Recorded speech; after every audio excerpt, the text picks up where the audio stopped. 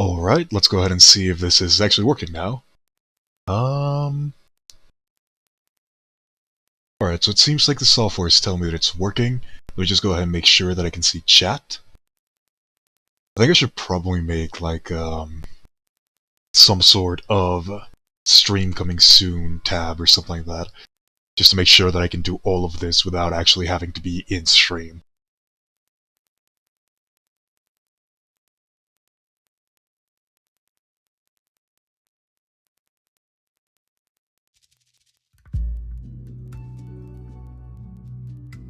And there we go, I can now see chat. It looks like people are already starting to come in. And there we go, perfect. It seems like everything is set up properly. So, welcome everybody. We're going to be having a general stream regarding Genshin. I couldn't do the stream last Friday. We're going to be doing it today, unfortunately. I have not had quite a lot of time to play Genshin as of late. So I've been missing out on quite a lot of things, which is really sad because the times that I have been able to play, the new events are actually pretty interesting, so I am excited to talk about them.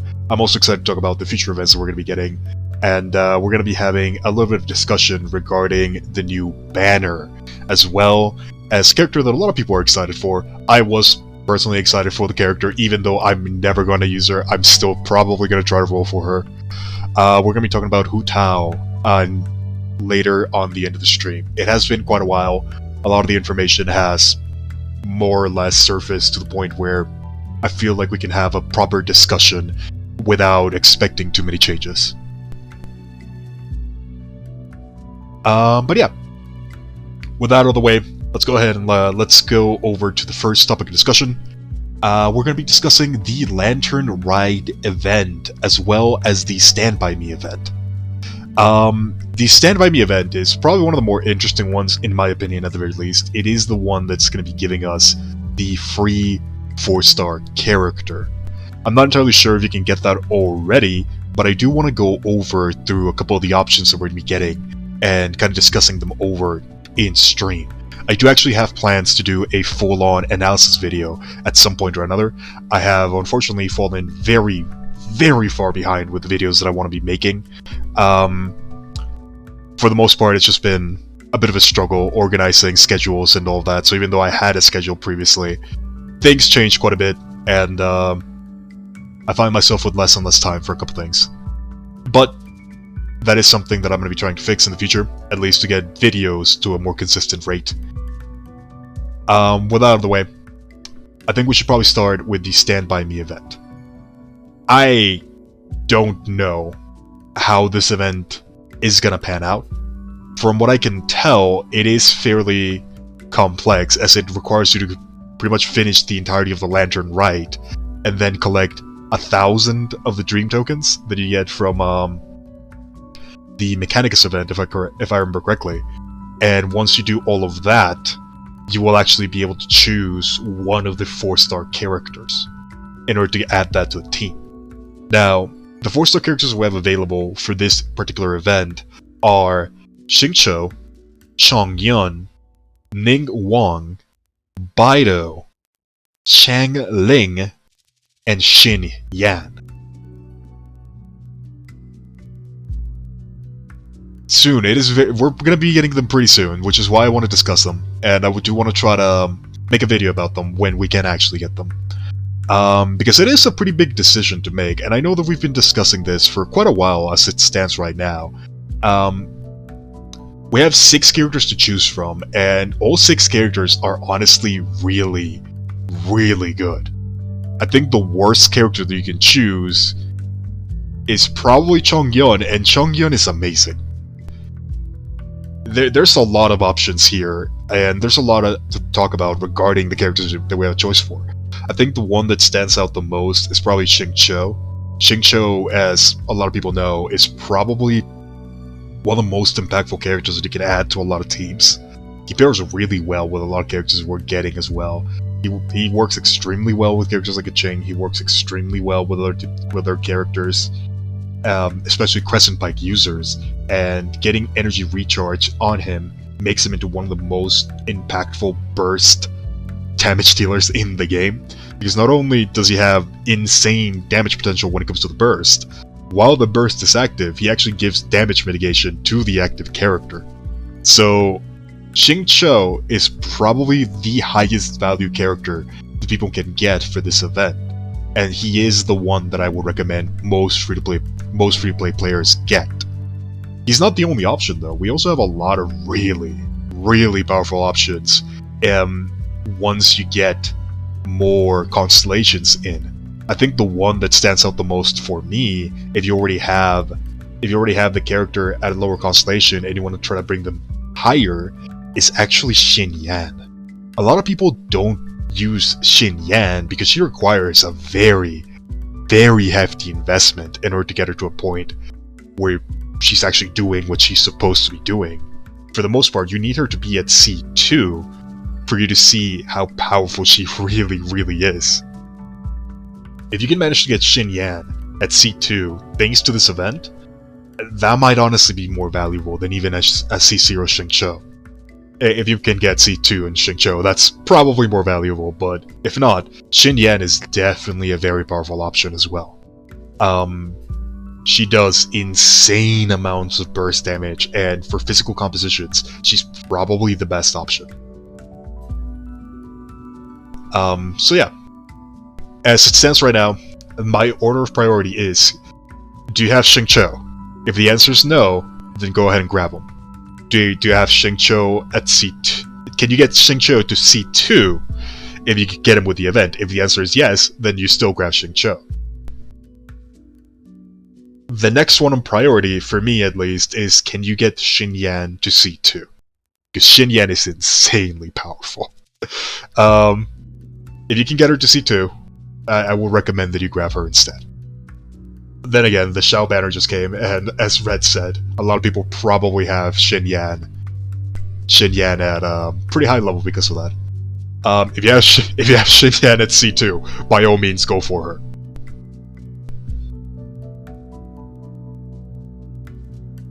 As far as the other characters are concerned, we still have quite a lot of really powerful options. I think the other one that stands out the most at C0 is definitely Baido. Baido is a monster of a support character that has not only damage mitigations, but also elemental reaction potential with her Stormbreaker ability, as well as a little bit of mitigations when it comes to her elemental skill. It's not the most ideal form of protection, but being able to switch into a Baido in order to counter powerful attacks, it can work really effectively, especially with how much power Baido has with her elemental skill. It has the scaling of a lot of bursts. If you manage to get a full counter, Baido is definitely one of the more fun characters to pick up if you are thinking about her as well. Especially if you have characters that can pair really well with her, mainly normal attack characters, characters that focus on normal attacks. If you have any character that uses the Crescent Pike, Baido might actually be a way to go as well. As you said, Red, C6 Xingqiu is insanely amazing. He's probably one of the best 4-star characters with that constellation at C6. The only one that I can think that even comes close is probably Fischl, and I already consider Fischl to be one of the most impactful characters in the entire game. Also, if you pull... you actually make a really good point, Nut. If you pull keqing on this banner, do you think that counts as a pity for the next one? That's actually a good question. We don't know how that's gonna work. Let's say that you pull keqing on this banner. Does that mean that the next banner you have a guaranteed pull, regardless?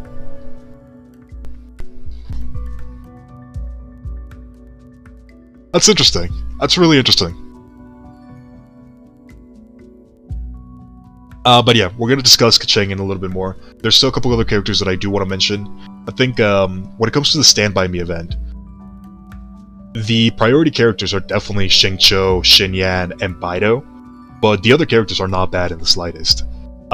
Ning Wang is an amazing character that can become incredibly powerful, not only as a main DPS, but also as a support character if you manage to get her to C2. if you manage to get Ning Wong to C2, she actually becomes one of the highest energy generation characters in the game, alongside Jean and the Geo Traveler. It's a lot of energy that you can generate thanks to the C2, so it's not something to take light of, especially with how low her cooldown is. On Star Shatter, if you manage to get a small amount of energy recharge, you're going to be spamming that burst 24/7, pretty much keeping your barrier active permanently. She has a humongous tempo swing as a character once you get her to C2, because the consistency just increases that much. So, if you're already using Ning Wong, and you want to increase the power even further, getting her to C2 is definitely the way to go. For me, I'm probably going to be choosing Ning Wong, because I have her at C3 already. If I pick her with my Stand By Me event, I'm going to be having her at C4, and I'm going to be risking it on the keqing banner to try to get Ning Wong to C6. That's my current plan. Is it going to work out? Probably not. I'm more than likely going to roll keqing, and I'm going to hate myself for it. But that's the plan. Anyways, on to the other two characters. The last two characters from the Stand By Me event are Xiangling and Chongyun. And do not get me wrong, both of these characters are insanely amazing. Xiangling is one hell of a DPS character with the Crescent Pike. And even without the Crescent Pike, she can become an effective support that has a really, really impactful burst once you get her to C4. But C4 is very, very far away. And even with the free Xiangling that you get at level 20, it's gonna take a while for you to get to that position. So, using the free character that you get from this event for Xiangling seems like a bit of a waste unless you already have her at C3. That's probably the only reason I would ever get Xiangling as the Stand By Me event character. She's probably the least valuable one, not because the character is bad, but because everybody already has her. So, putting more into that character, the difference between C0 to C1 is pretty much insignificant, and the same keeps on coming until C4. So, if you're thinking about picking Xiangling, I would recommend that you weigh your options. Other characters might be better for this one.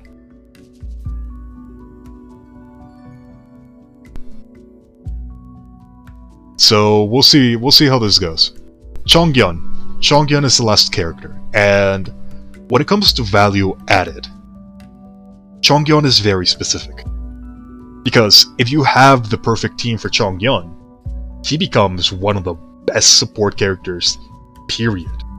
He can become an incredibly powerful melt character for characters like Bennett. He can become insanely powerful for different compositions that can use Xingqiu, and he has a lot of really, really powerful potential. Even now, I think Chongyun could become a really good support for characters like Rosaria in the future, and even further characters that we might be getting. However, because of the same thing, he's a character that's very, very dependent on having a specific team. Because of that, his effectiveness does drop quite significantly. And his DPS potential, while it exists, and it's actually fairly high, it does require him to have constellations. Which means that for most free-to-play players, using Chongyun as a main DPS is not really that viable of an option. It's more viable to use him as a support character. And as a support character, you need to have the specific characters that pair well with him. So, if you already have those characters, and you have them really highly invested, the main one that I'm looking at is Bennett, picking up a Chongyun might not be that bad of an idea, mainly because Chongyun's effectiveness at C0 with his proper teammates is pretty much the same as if you had him at C6. So Chongyun, he is a valuable pick, but he is a very, very niche pick. So unless you absolutely need Chongyun to finish one of the top tier teams that you can get in the game, I would not recommend that you get him.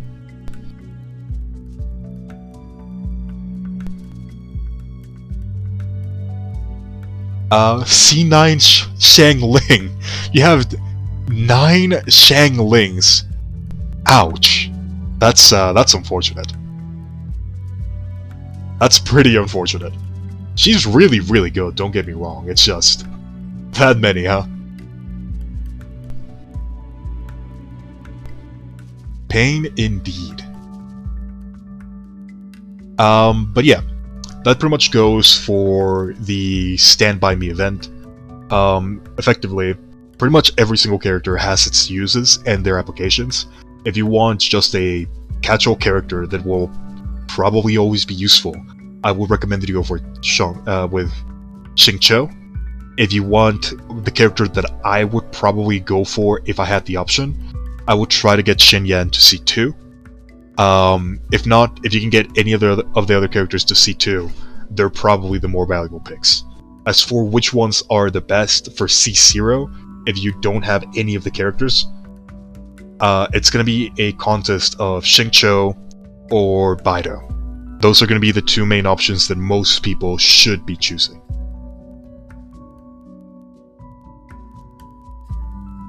If you have Baido at C1, getting her C2 is insane. The damage change between C1 to C2 is absolutely ridiculous.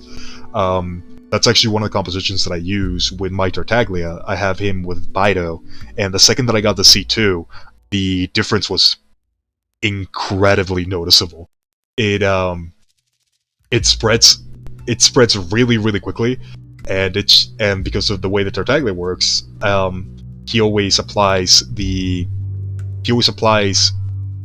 Hydro element really quickly, and once you put Baido into that mix, the lightning begins channeling between all of the characters, which triggers Electrocharge, which in turn channels again, and it just keeps on going and going and going. It's ridiculous. Baido is amazing with her C2. Would it be worth to buy Baido at C2? It depends a lot on compositions, but for the most part, C2 Baido is such a huge momentum swing when it comes to AoE damage from what you would usually get from a C1. It is definitely worth it, especially for places like Abyss.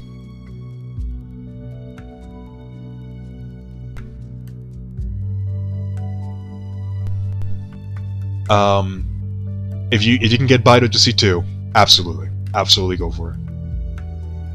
If you can't use her on a team though, I would probably still go with Xingqiu. Just because Xingqiu has so much potential on him, and he pairs well with pretty much any character that can basic attack. They can basic attack at a quick enough rate. It's kinda hard to give up on him. He has so much damage potential, he has a lot of mitigation, he even has healing. So it's kinda crazy. It's not something to ignore. Oh, Baido's in this month's shop. Yeah, definitely. If you can get her, absolutely go for her. I would recommend it if you get her to C2. I really wanted to get Noelle because Noelle is in the shop. I unfortunately do not have enough materials for her, so alas, we'll see what happens. Baido C2 plus Klee is more AoE damage than the meteor that wiped out the dinosaurs. I would not doubt it. If you can do that trick with Klee, where you can auto attack cancel her normal attacks by stepping forward, you can fire like 3 of Klee's bombs by the time that Baido recharges once. That is so much overload damage. It's insane. It is kind of insane. It's very tricky to pull off though. It is very, very tricky to pull off. It's not easy. But yeah, that pretty much goes for the Stand By Me event. I want to talk a little bit about Lantern Rite. I have not been able to do Lantern Rite pretty much at all.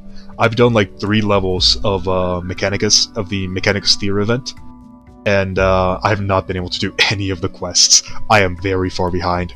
I'm gonna have to find the time to just do all of it. I wish I could do it on stream, but unfortunately my computer will not let me.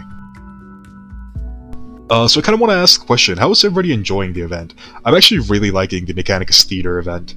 I've been trying to do a Electrocharge composition and then just using Chongyun and Sucrose as the main characters that I bring in order to just spread elements around as quickly as possible. I'm curious what other people are doing, because I've not been able to do much of it.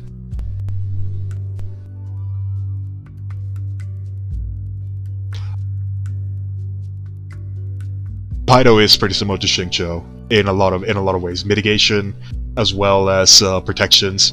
The shield that Bido gives is actually pretty massive if you manage to get her constellations. It also stacks with mitigations. It can trigger shield related effects. Bido is amazing. Bido is insane.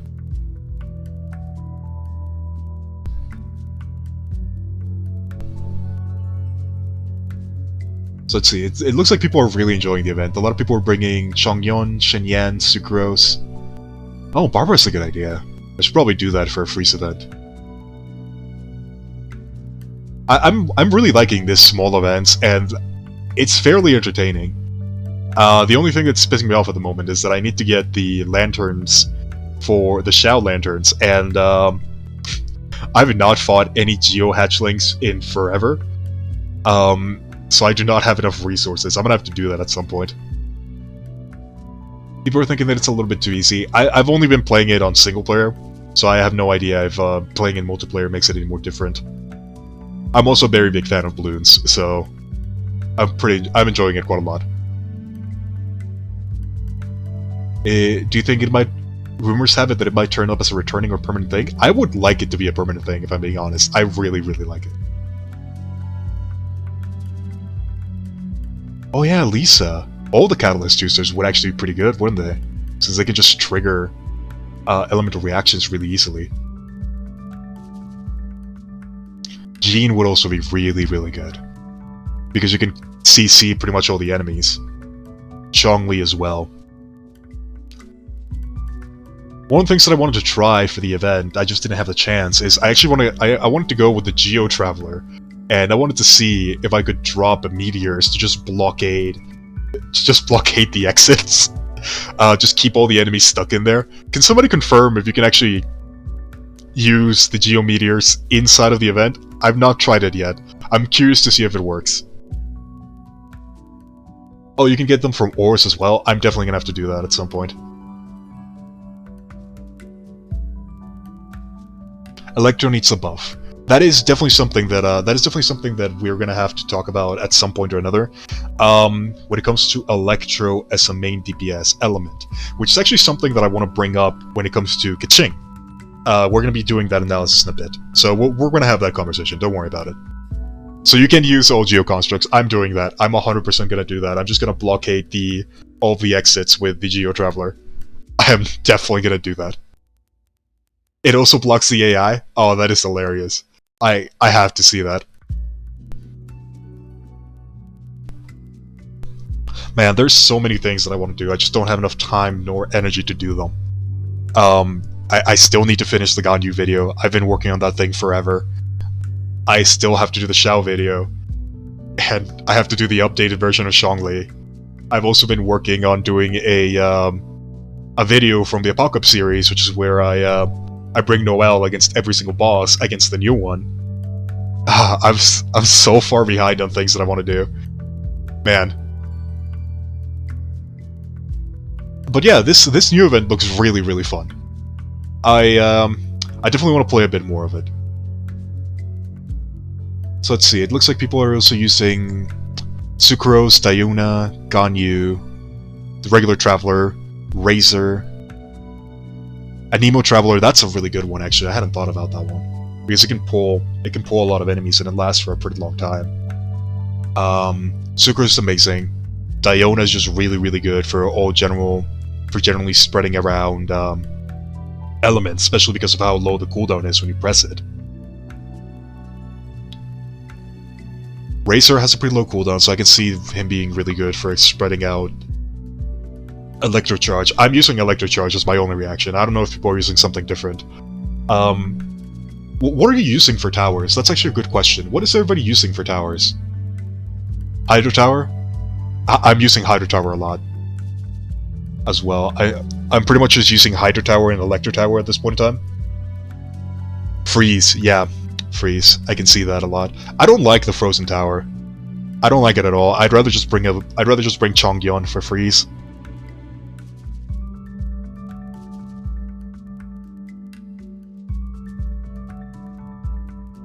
Just Electro Charge and a few Pyres in the back in case of Electro Slimes. Good point. Hydra, Pyro, and Electro. That seems to be the general consensus, which is pretty close to what I've been using, so it makes sense. Hydra with Electro and Ganyu. Yeah, Ganyu would be really, really good on this event, wouldn't she? Since she could just spread it permanently. The cryo element.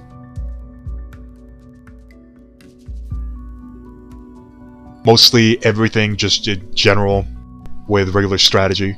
Seems to be the case. It does look like you can finish the event with most towers, just placing them strategically.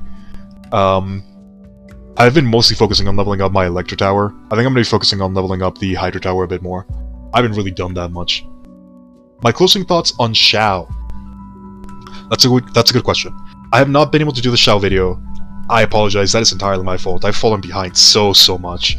I'm gonna have to find time to just pump out as many videos as I can. There is so many things that I want to do. But when it comes to Xiao, I think Xiao is in a really good spot.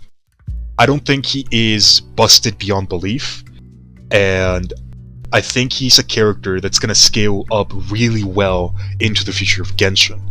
Because one of the things about Xiao is that most of his damage is independent from the team, which is something that's pretty massive when you have a DPS character.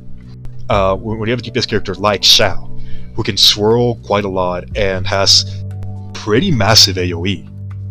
Now that Xiao has been released, and now that I've done quite a lot of proper analysis, it's fairly obvious to everybody that plays Xiao that the plunge attack build is definitely the fastest DPS variant, not only because the AoE is so massive, but also because the damage is just that high. So plunge attack is definitely the way to go for Xiao in particular. Crit damage is 100% the way to go as well, because Xiao, as I mentioned, he's independent from elemental reactions. He doesn't need to melt, he doesn't need to vaporize, he doesn't need to do any of that to be effective. Which is one of the reasons why I consider him to be one of the safest DPSs that we have. Not in him actually being that safe, but the fact that he can't kill himself with his burst definitely helped him quite a bit. I think Xiao is definitely fitting of the S+ category. I don't think he is insanely OP, nor do I think he is a must-pull, game-breaker, game-changer. I think he fits pretty well into the same category as Ganyu, where independently, as a single character, he definitely stands out, but once you place him into a team, the damage potential is not ridiculous. Don't get me wrong, he is insanely good. He is insanely good. The new Abyss floor, 12. I've not been into Abyss. I've not been able to play, but I've been informed. I've been informed quite a bit with regards to the new changes to Abyss. For starters, I've been informed that 11.2 remains the same. Is this correct?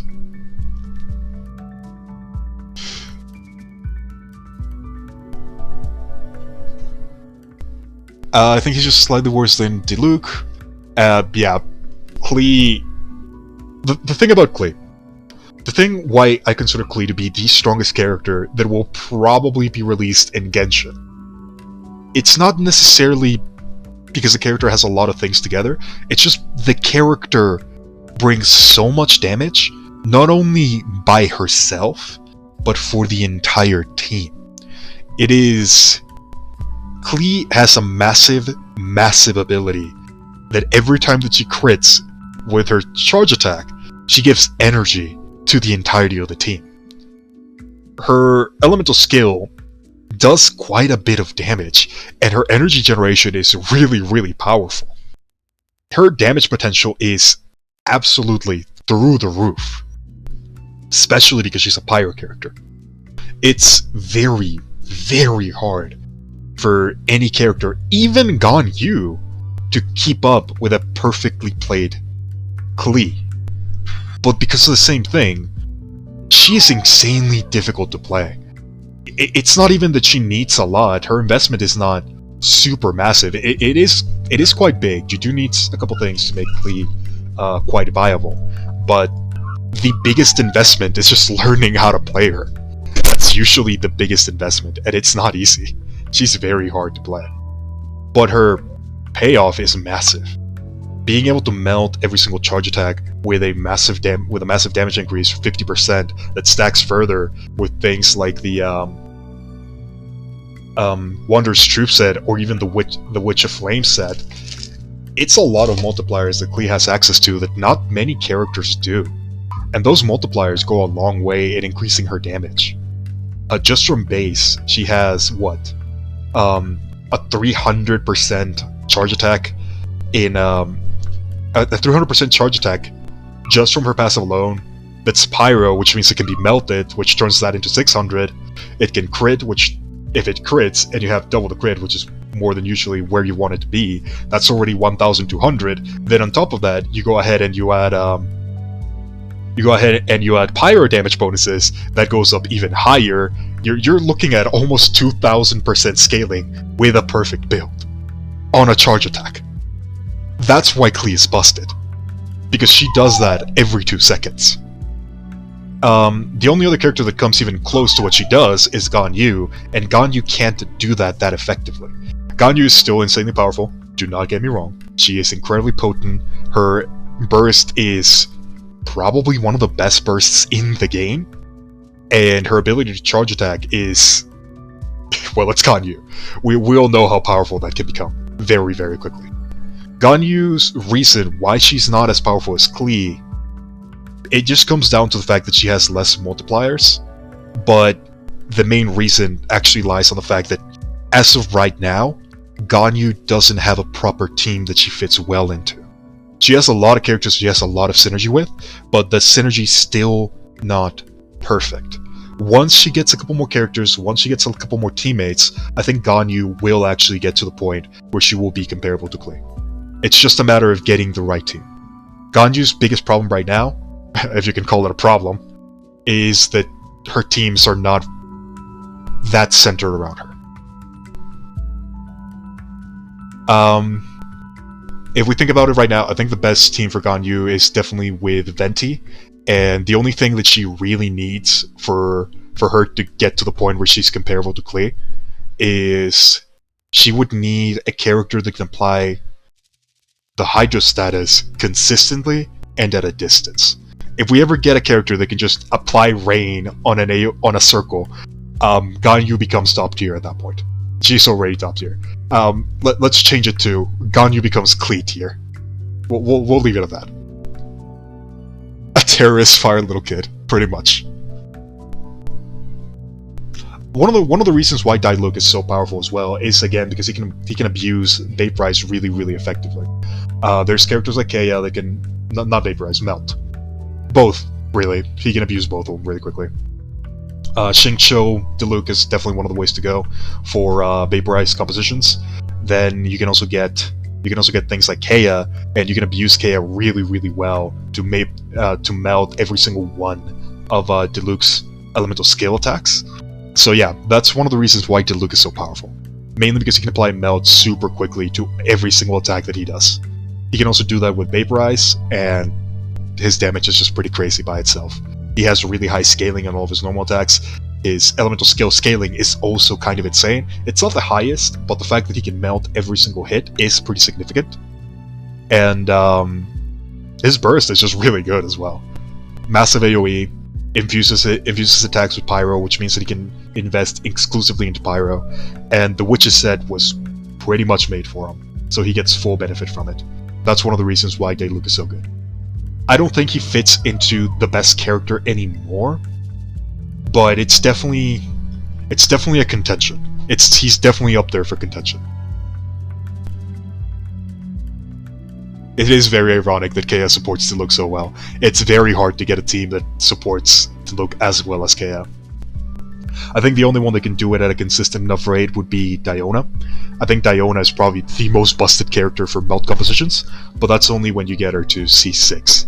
Because at C6, you get the extra 200% Elemental Mastery, which is very, very massive for melt-focused teams. Elemental Mastery, 200 Elemental Mastery, that's like what is that? I think it's like a 40% extra damage increase.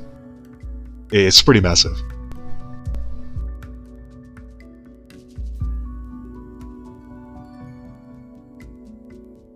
Diluc is practically very good, yeah. It's most of his damage is centered on himself. He doesn't really need a team. He works exceptionally well when you have a team, but there's so many characters that can just give him a massive boost immediately that it's very difficult to not have a good team for him. We have Barva as a free character, and Barva pretty much lets him vaporize every single hit. We have characters like Keia, which let him melt every single hit. We have characters like Diona, which not only let him melt, but also get an EM bonus and a shield. There's a lot of really good characters that boost Diluc, which is why he is at the point where he is right now. I think Ganyu has more potential. Ganyu definitely has more potential. We just don't have those characters yet.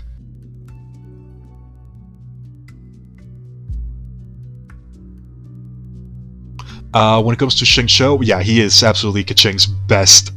100%. There is zero doubt. Keqing goes with Xingqiu. No doubt about that one. Diluc, Xingqiu, and Albedo. I forgot how to talk. Sorry. That is an insane combo. That is really, really powerful. But yeah. That's pretty much everything that I did want to talk about with regards to the Lantern Ride event. I just wanted to see what people were doing when it came to the event. We can talk about compositions a little bit more once we get to Q&A. There's still a couple things that I want to talk about with regards to the upcoming banner, which is going to be the Keqing banner. Oh god, it's going to take me so long to get a Keqing video down, isn't it? But yeah, let's move over to the next topic of discussion. Keqing banner! So, a couple things about this banner. So, for starters, because of this banner, we now have a rotation of 2 weeks for character rotations. That means that pretty much all upcoming banners are going to be on a 2-week rotation. This does mean that we're going to be getting banners like this one, which is, for Keqing, a base banner character. And that also implies that we're going to be starting to get rerun banners. Now, let's be realistic. It is, as of right now, the worst kept secret that we're going to be getting a rerun of characters that have been on previous banners. This new change more than likely happened to adapt to that. It comes with negatives and it comes with positives. The negatives, of course, can be mostly felt when it comes to the free-to-play players. It's going to be a lot more difficult to get resources that you need when the character first gets released. But because we now know that previous characters are going to be making a comeback, that might actually reduce the burden quite a bit. Because now we know that the characters will come back. So we don't have to worry about not getting them the first time around. We can just begin waiting, and then once the character comes back on the next rerun, since it's going to take so long, we'll probably have more than enough to guarantee not only one of the characters, but maybe even 2. So it's kind of a give and take. From one part, instantly at the very beginning, it's worse. But on the long run, it might end up being more effective. So it really does depend on how you look at it. Just flat out, at very release, it is definitely worse. Because it means less time to set up, less time to figure out how a character works, less time to test out stuff, less time to see if the character fits well with what you want. But at the same time, we now know that they're going to come back. So, I have mixed feelings with regards to this one. One of my big things is that it might actually give miHoYo too little time to design the characters properly. We'll see how it ends up being, because they're eventually going to get to a point where they're going to have a lot of characters, and it's going to be very difficult to get specific teams from now on. But that's something for later. That's not something we have to worry too much about right now.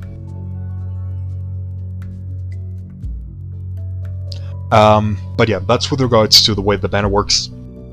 Before we talk about Keqing, because we're gonna spend quite a lot of time talking about Keqing. Keqing is a very complex character that has a lot of different paths that she can take. So we're gonna be talking about her quite a bit. Let's talk about the banner characters that we now know are gonna be on her banner. Now, For a long time, there were rumors about them. They're pretty much confirmed now. From what I can tell, it's gonna be Barbara, Bennett, and Ningguang.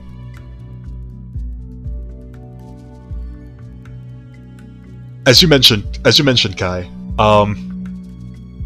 these are some very, very wanted characters. Ningguang is a beast of a character, especially when you get her to C6 or C2 for that matter. She has some insane single target DPS. Energy generation is through the roof. The fact that she's Geo allows her to use Crystallize really effectively. She is one of the few characters that can actually buff the Geo element, and she has a lot of really good things going for her. Her charge attack build is insane. Her general burst build is insane. She is an insane character, period. And she's probably the only reason why I'm going to be rolling in this banner, as you mentioned. Do I think keqing is a bad character? No, I think keqing is actually really, really good. She's not on the same pedestal as characters like Ganyu, characters like Xiao, characters like Diluc, characters like Klee, but she's very effective. She's an incredibly effective character that, especially if you get her early on, can carry you through most of the entirety of the game. She's not a bad character, in the slightest. She's just not outstanding in any one category altogether, but she's very good in everything else. So as a generalist character that you can bring to pretty much anything, she fits that role really, really well. But we're going to talk about that in a bit. I want to talk about the 4-star characters first. Ningguang, Bennett, and Barbara. Barbara. I did an analysis on Barbara, and I think that eventually I'm probably going to have to fix that analysis a little bit.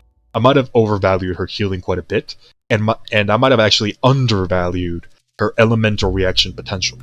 I think the grading still remains the same when it comes to Barbara. I still think she is an S-class character, but the reasoning is quite different now. Barbara has quite a bit of healing. She's really good at it, but she's not the highest one. She's very consistent. That is one of the things that Barbara has. Having not only her bursts give healing to the entirety of the team, but also her regeneration, being able to heal every single character for a percentage of her maximum health when she basics attacks.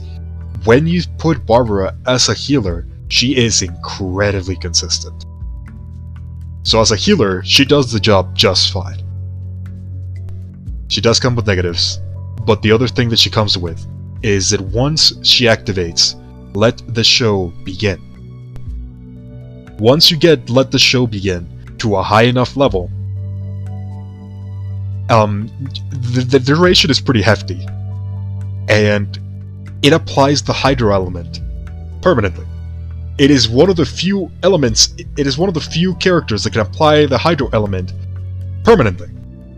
Because the way that it applies, it doesn't apply it as if it was being applied by elemental skill, it applies it as if it was being applied by rain. So, because of this, it ignores cooldowns. It ignores the regular cooldown that elemental skills would have. You can just apply it regardless of situations. Which means that it allows you to have multiple reactions, multiple Hydro-based reactions, on the same element, on the same enemy. It is a massive, massive damage boost, being able to not only vaporize a target, but then immediately electrocharge that target at the same time. It's pretty massive. And, yeah, as people are mentioning, DPS Barbara. I hate that so much. DPS Barbara. We had to talk about DPS Barbara. When I did my analysis, I had already mentioned that DPS Barbara was a thing that you could do. And, to put it simple, it works. It's effective. She has a massive amount of potential in it, but the thing that keeps her down are her animations. Her animations are very, very slow, and they cannot be auto-attack cancelled, because the damage of the skill is linked to the end of the animation. So if you cancel out of the skill, you do not get the damage, unlike with Klee and unlike with other characters like Ningguang. Ningguang is very hard to do, but you can do it. This small fact makes DPS Barbara incredibly hard to play, almost to a point where it's not worth it. However, certain buffs have changed that slightly. They're not massive buffs, but they do increase her damage quite exponentially. And the damage is not small, let me tell you that much. It is pretty hefty. DPS Barbara over Klee. Not quite. But here's the thing. Because of the Heart of the Depth artifact set, and because of the way that Barbara works, she can't actually compare with Klee when it comes to charge attack power. Now, she doesn't have all the other damage bonuses that Klee does, so she's not as high. But she's not that low either. I think, as it stands right now, Barbara might actually be either third or second for highest charge attack damage in the game. So, yeah. Take that how you will. Take that how you will. She's up there. She is most certainly up there when it comes to damage potential. If I remember correctly, she's either third or second. She might be fourth once Hutao comes out. I'm gonna have to rerun the numbers, but she has one of the strongest charge attacks in the game. So take that how you will.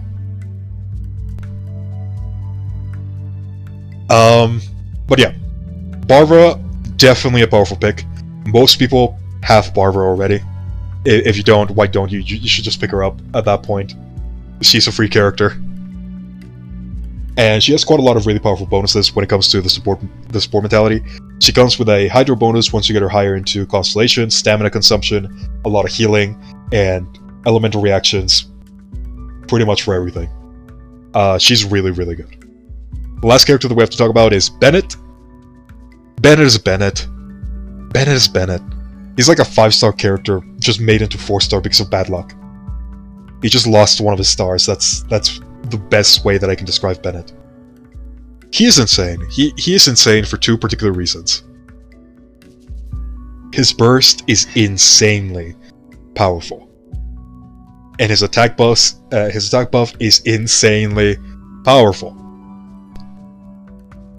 Bennett is one of the strongest support characters that we have available right now.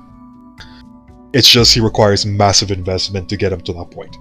If you get a Bennett as support, you're gonna have to max him out. You're gonna have to get him a weapon to level 90. You're gonna eventually have to get him a 5-star weapon. He requires so much to get him to the point where he's the best, one of the best supports.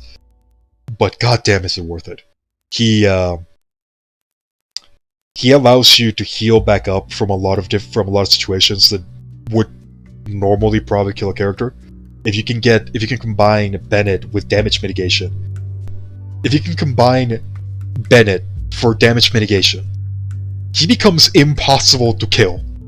And he pairs extremely well with a lot of characters that can accomplish that.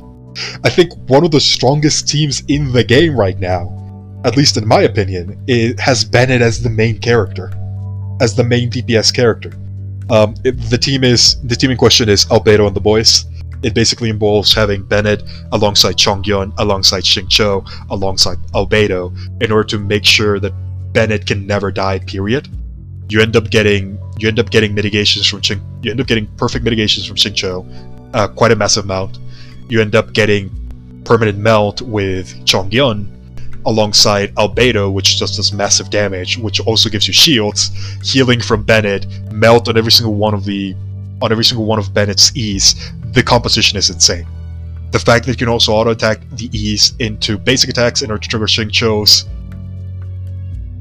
burst, it's insane. It's absolute insanity how powerful you can get this team with Bennett. Remember when people said that Bennett was trash? Yeah, I don't even know how people thought about that one. I think the way that ended up happening was mostly because people didn't see the investment. I think that something like this happened to Noelle, where we have a lot of characters that require massive investment for them to get to the point where they're insanely overpowered. You need team compositions, you need artifact sets, you need specific weapons, you need to level up their talents, you need to get them to the point where they're really good. And that takes a long time. But once you get them there, my god, do they feel impossible to kill. So that's probably the reason why the original consensus was that Venice was bad. Mainly because he doesn't come swinging out the gate. The scaling is not there until you level him up, until you get him all those bonuses, until you get the artifact sets. Once you get there though, my god is he insane. You don't get knocked back if you're shielded. That is correct. You do not get knocked back if you're shielded. Even though you don't even need to charge his E in order to be effective. The simple slash, just the tap version, is already very, very powerful. Especially when you have the burst active, which allows you to pretty much use that at a 2-second cooldown.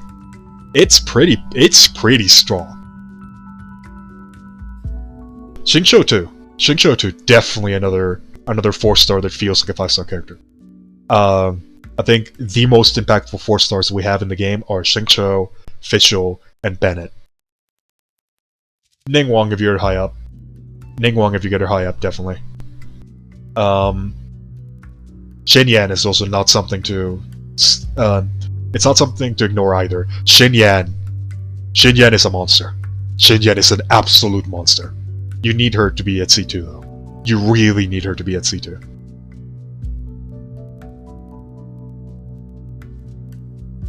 But yeah, those are the 4-star characters. Every single one of these characters is insane in their own regard, and the minimum range that I would put them in would probably be around S. C0 Ningguang, I would probably put at A+, but as soon as you get her to higher in constellations, she's definitely an S character. Rolling on the banner, it has its advantages, but I wouldn't recommend that you roll too high into it. Because, let's talk about the 5-star character now. Keqing. Keqing is good. Keqing is really good. She has one of the strongest, fastest charge attacks in the game. And she has quite a lot of buffs that are tied to her in particular. She has a crit rate buff after she bursts. She gets energy recharge. Her charge attack is insanely quickly. She also has a way to make sure that every single one of her attacks becomes electro based, which allows you to build exclusively for electro reactions or for electro damage. But that's kind of the problem. Keqing is an electro-based main DPS character. Electro as a whole is a very strong element, but not for DPS. For DPS characters, it actually ends up being one of the worst elements, because every single elemental reaction is a supportive elemental reaction. We have things like Superconduct, which reduce defenses. We have things like Electrocharge and Overloaded, which are the 2 highest damage reactions in the game. But when you're the main DPS, you can't build for those, because those require you to build Elemental Mastery. And when you're a main DPS, you need attack. You need crit rate. You need other things other than Elemental Mastery. So when you have Keqing as the main DPS, it becomes really hard to take advantage of these elemental reactions, and it lowers the overall damage of a team.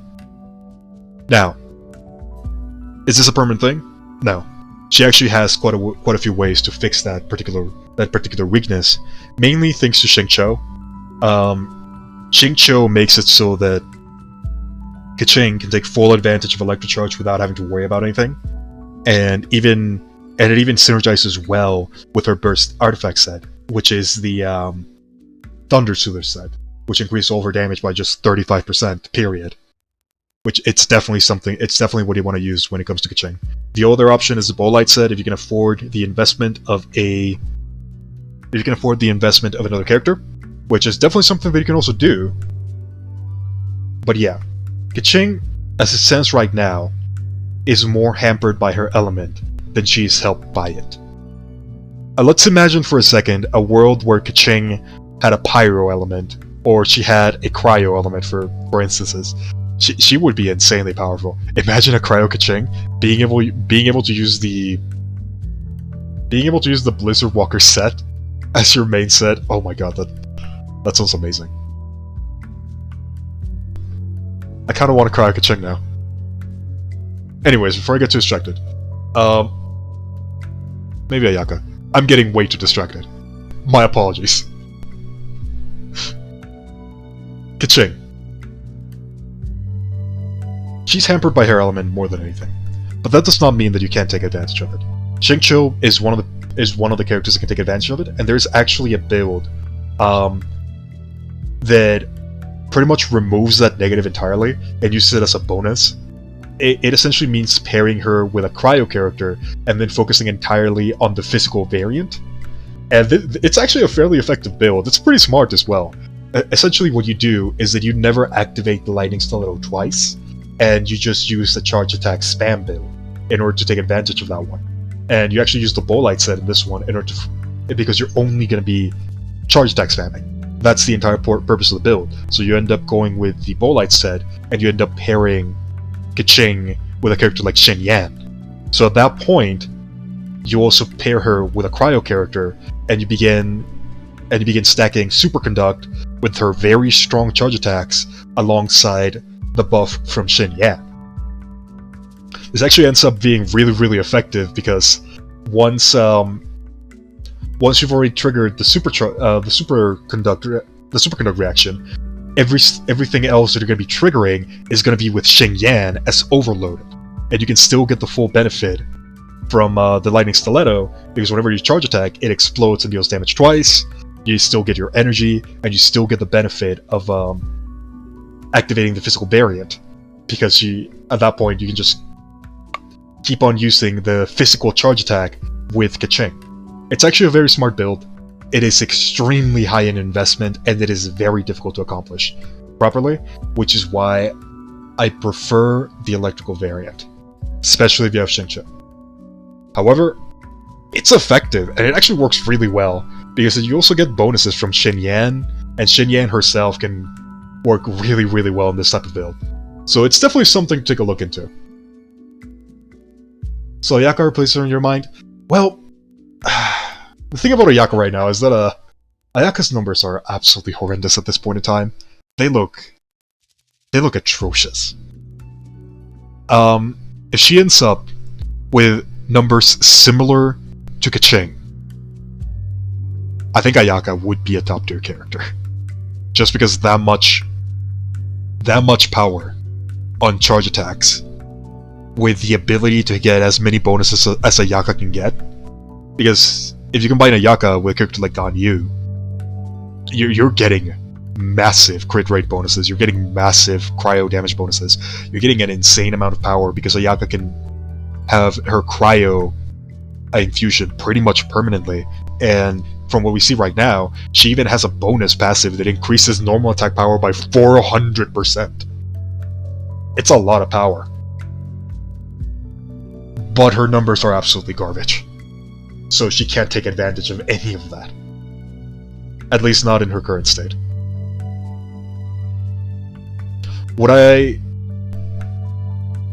If I were to take either current Keqing, if I were to take either current Ayaka or Keqing, I would probably take Keqing.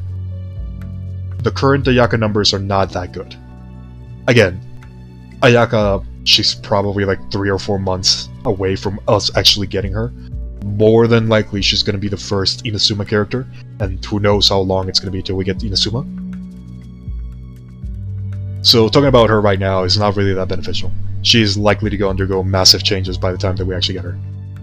So who knows? She might end up being a better Keqing in the future. But even then, Keqing is still going to have quite a lot of benefits to her that Ayaka is not going to be able to have. Mainly the physical synergies. Then again, Ayaka can also probably accomplish that with Fischl.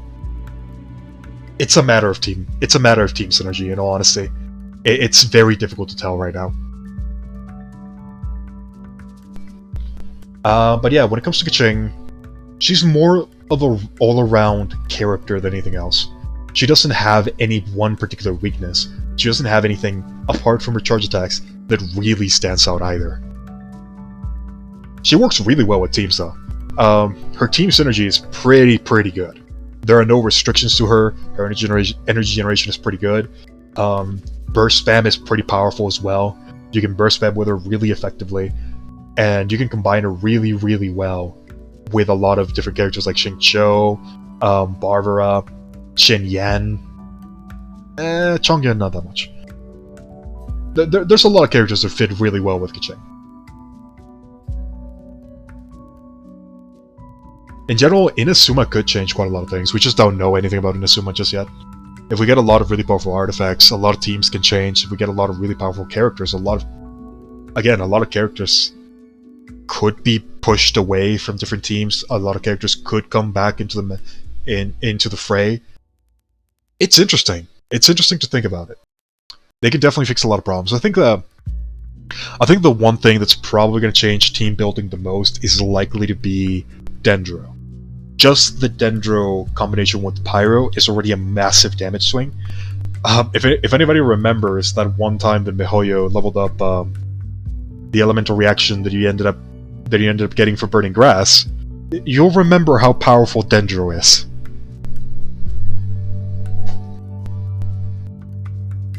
It's yeah, it was quite a journey when stepping into the grass and using any one ability as Diluc would mean instant death. But yeah, that has the same thing as the current interaction with Dendro and Fire. So you can imagine the damage is going to scale pretty high up, especially once we can actually get Elemental Mastery to multiply that effect further. I'm interested to see how Dendro's going to end up. I'm interested to see how Dendro's definitely going to end up. But when it comes to keqing, if I were to rate the banner, it's honestly a pretty low priority banner.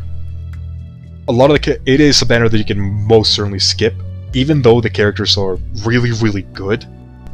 Unless you're like me and you're planning to get them to C6, there really isn't a particular reason why you would want to roll on this banner. If you want keqing, chances are that just playing through the game and rolling on regular banners, you'll eventually get a keqing. It's just the chances are stacked in that favor because she is a base banner character. If this was Mona, that might be a bit of a different conversation that we'd be having, just because Mona is super impactful in every team building aspect. And don't get me wrong, keqing is also very impactful when it comes to team building, but she's not a team-defining character. And I think that's the reason why a lot of people are gonna skip in this banner. keqing fits everywhere, but she doesn't define what you're gonna build if you get her. She can definitely fit into every single build, and you can get her to a very effective state. But she's not gonna permanently change the way that you look for characters like a character like Klee or a character like Ganyu will do. If at any point you get a character that you consider better, you might just end up replacing keqing. Do I think she's gonna get buffs in the future? She might, in all honesty. I think Electro might end up getting more artifact sets that are gonna be centered more around DPS. And once we get stuff like that, keqing is probably gonna be the first one to rise to prominence. But the thing is, that's an if. It's a likely if, but who knows when, or if even it will happen. I expect it to happen. I just don't know when. So, with that in mind, and just with the percentage chance that you will eventually end up getting a keqing, and you keep on playing the game for long enough, I would probably skip on this banner unless you're like me and you want to get one of the 4-star characters to C6. If you get keqing, that's not bad. That's actually pretty good. And I'm interested to see how miHoYo is going to do the pity system, Because this is a base banner character, so I'm wondering, if we get keqing in this banner, does that mean that the next pity is gonna be guaranteed? I'm curious to see how that works. I would probably not go with a certainty though, because that seems like something that's gonna be very technical. And it's something that we're gonna have to test out.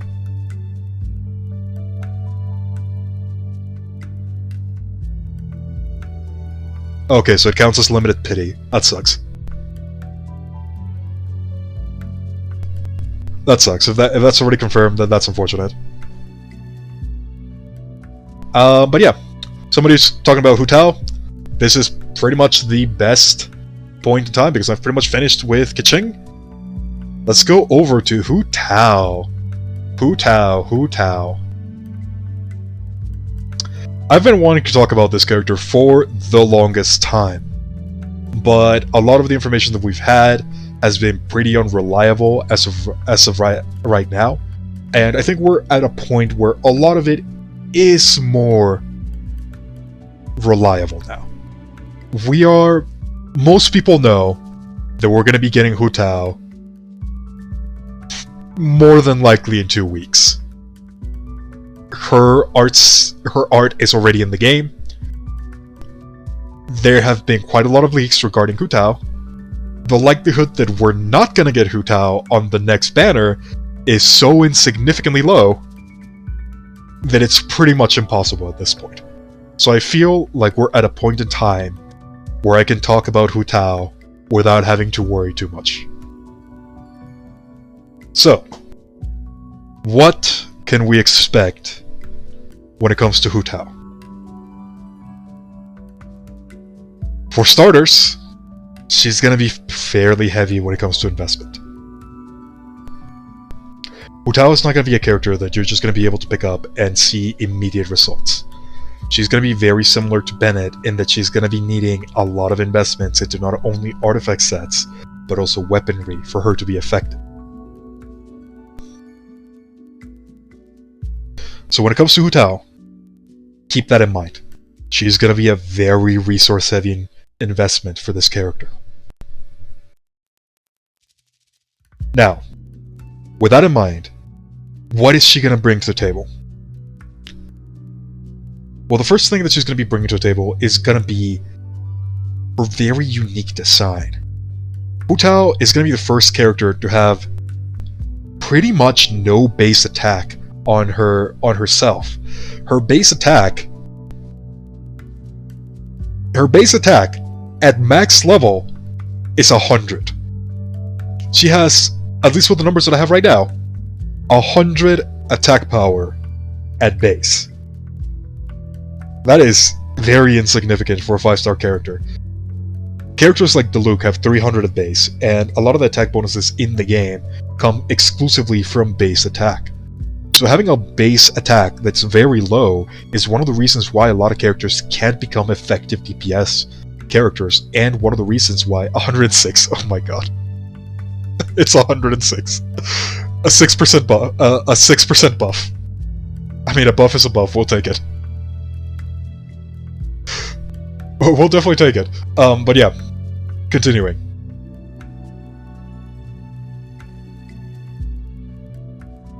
Attack percentage is pretty much going to be a waste on hutao, and it's going to be very hard to get her to a really high attack power, since most of her attack is going to be coming exclusively from weapons and the flower.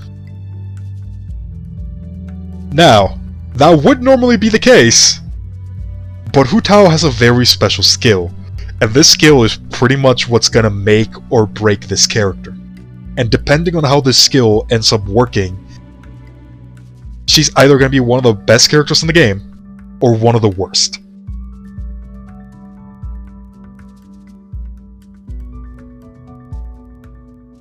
So when it comes to hutao, the main skill that she revolves around is her elemental skill. Let me go ahead and pull up the name.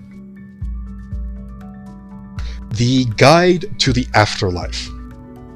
Let me just go ahead and read what this skill does, and then we're going to talk about all the implications that it could have for this character in particular. Guide to the Afterlife. Hutao consumes a set portion of her HP to knock the surrounding enemies back and enter the Paramita Papilio state. Paramita Papilio? Paramita Papilio. I don't know how to pronounce that. We're just gonna call it the Papilio state. The Papilio state increases Hutao's attack. This is important. It increases Hutao's attack based on her max HP at the time of entering this state. Attack bonus gained this way cannot exceed 400% of Hutao's base attack. It also converts attack damage to the Pyro element, and it cannot be overridden by any other elemental infusion. This is just a regular piece of text that goes to all elemental infusions that are self-given. Furthermore, charge attacks apply the Blood Blossom effect to the enemy's hit. This also increases Hutao's resistance to interruptions, which is a very nice buff. It's pretty noticeable, especially if people have played characters like Noelle or Zhongli. Now the buffs have gone in. Interruption to attacks is very, very powerful. So do not take this lightly. It's a pretty good buff.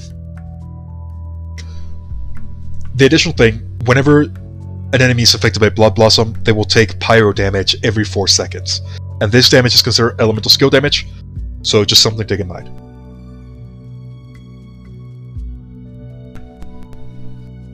This skill is very interesting, and depending on how it works, it could end up being one of the most broken skills in the game.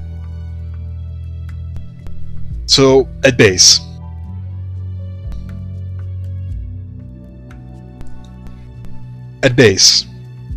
when you activate the skill, you're going to be losing 30% of your HP. That appears to just be the general consensus. It's 30% at every activation. It is of the current HP, however, so it follows a similar aspect to the same thing as Xiao does. So she can never die from activating her skill. It's always about current HP, so that is a good thing to note. And the attack increase at level 6 is about 5%. Her base HP is 15,552 at max level. So with this into account, we can begin doing math with regards to how much attack power Hutao can actually gain from artifact sets. So if we take into account her base HP, let's go ahead and take that, 15,552. And then let's go ahead and start adding more things to this number, shall we? If I remember correctly, a max level level 20 flower adds an additional 4,000 HP to a character. It might be slightly more, it might be slightly less. It's somewhere around that mark. So let's go ahead and let's add that. Just go ahead and add 4,000. Let's round up. Let's round out for simplicity's sake, and let's say that at base, just with the flower, we have our Hutao at 20,000 HP. Just to simplify the numbers, the small difference is not going to matter that much. So, we have a base HP of 20,000, and 5% of that gets turned to attack power.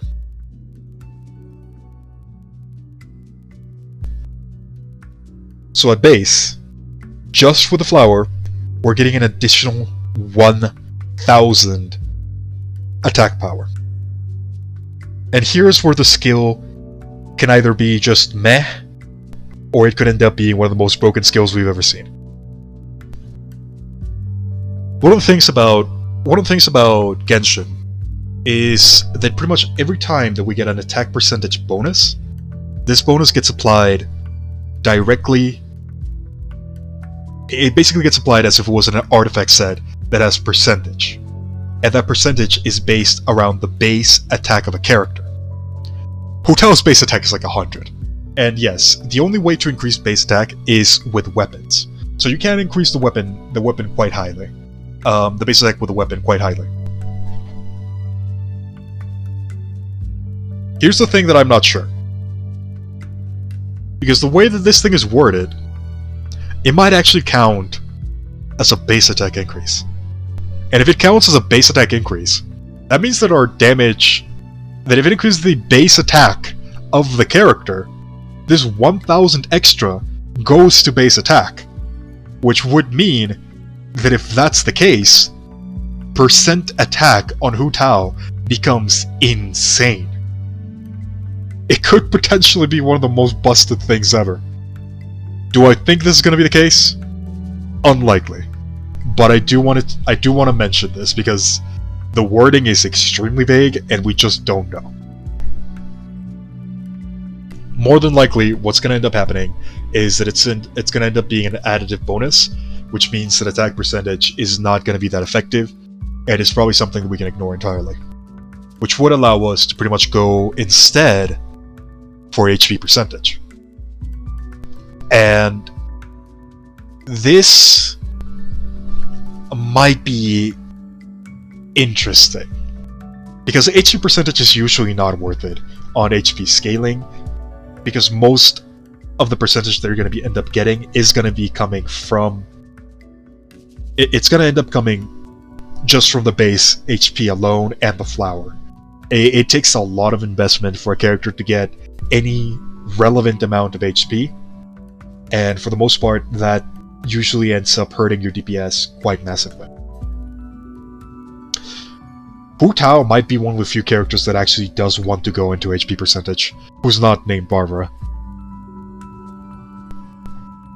We don't know enough about this ability to say just yet, but let's go ahead and assume that our first artifact is going to be the one that what's it called? The timepiece.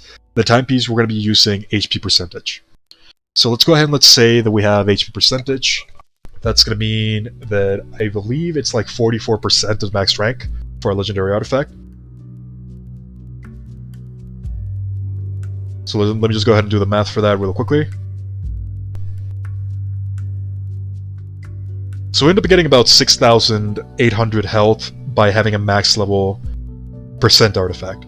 So let's go ahead and see how much damage that's actually increasing.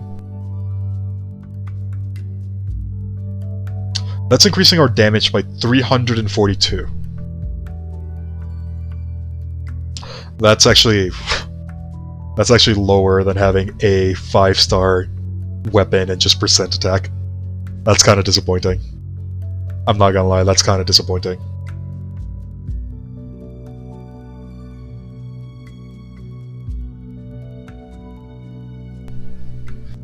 No LC6 still has more attack from what I can tell.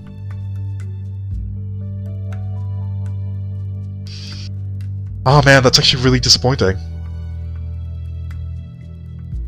Yeah, I thought it was going to be higher, if I'm being honest. Even with the buff version.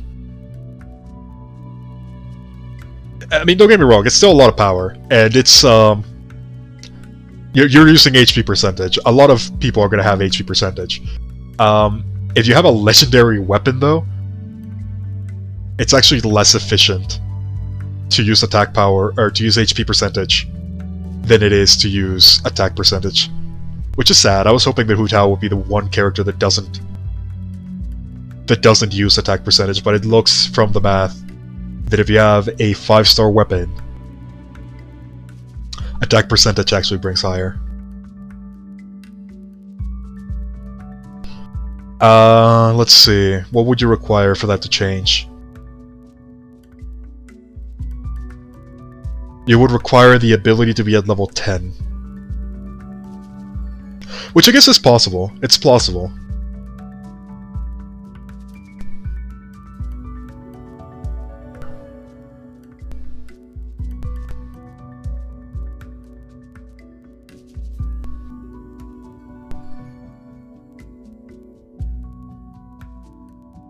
If we add Staphahoma to the equation, that's a good question.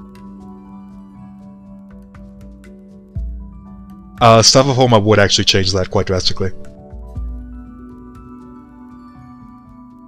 It's not a small amount, but it's just barely enough. It's like, what is this?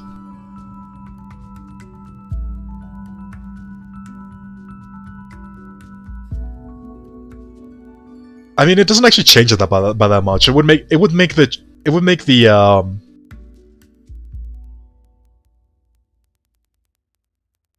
it actually doesn't change it at all. Oh, that's horrible. Why is this so bad? It's not bad. It's actually a really massive bonus. It's just...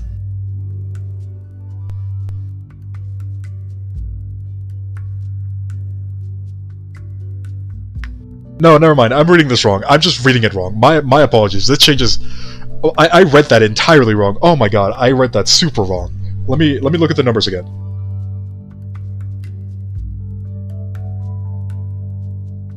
Yeah, okay, with Staff of Homa, this changes quite drastically. That's a pretty massive change. That's a pretty massive change. So yeah, if you have Staff of Homa, HP percentage all the way for sure. Well, not really. You're still gonna get more out of pyro damage bonuses on the goblet, and you're still gonna get more out of crit rate from the mask. So yeah. When it comes to hutao, more than likely we're gonna end up going with HP percentage on the timepiece, fire damage bonus on the goblet, crit rate on the mask. Pretty much the same as we've been going with a lot of characters. It's just hutao is HP percentage based instead of everything else. But yeah, she's gonna be pretty tanky from what I can tell.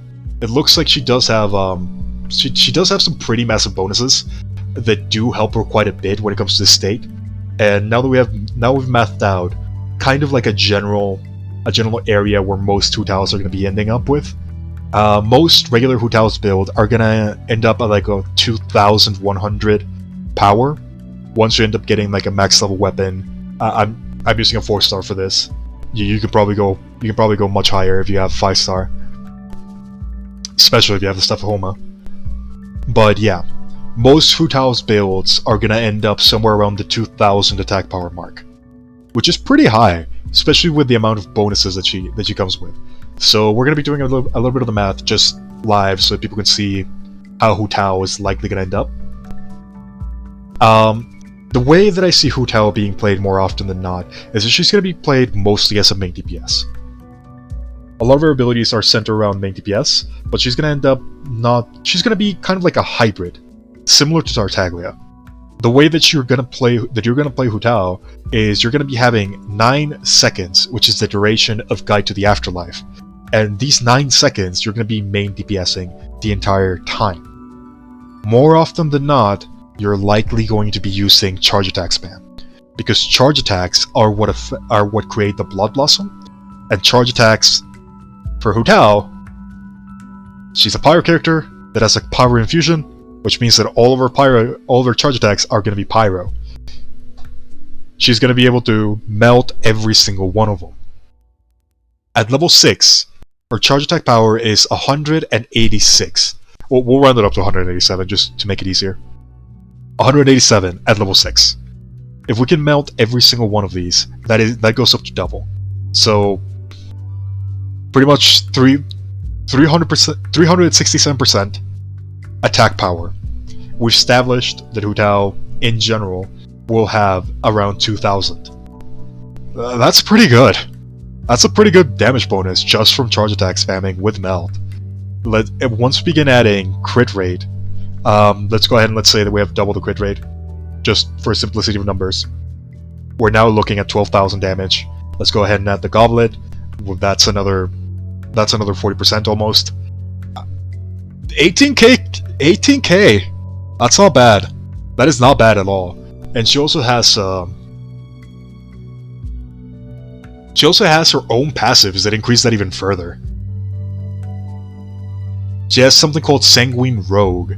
When hutao's HP is equal to less than 50%, the pyro damage bonus is increased by another 33%. So just general numbers with fairly low investment, not even taking into consideration specific weaponry or specific artifact sets. It's looking like a melt hutao can very easily accomplish 22k damage with very little investment. That's not bad in the slightest. That is not bad at all. Well, why am I using the 100% crit damage? Because one of the things about hutao is that she actually has crit damage as her main substat. So just from being level max level 90, she's gonna have 88% crit damage. So just getting a single artifact with crit damage will already put her double the crit rate, or double the crit damage. That's not bad actually. That's actually really powerful.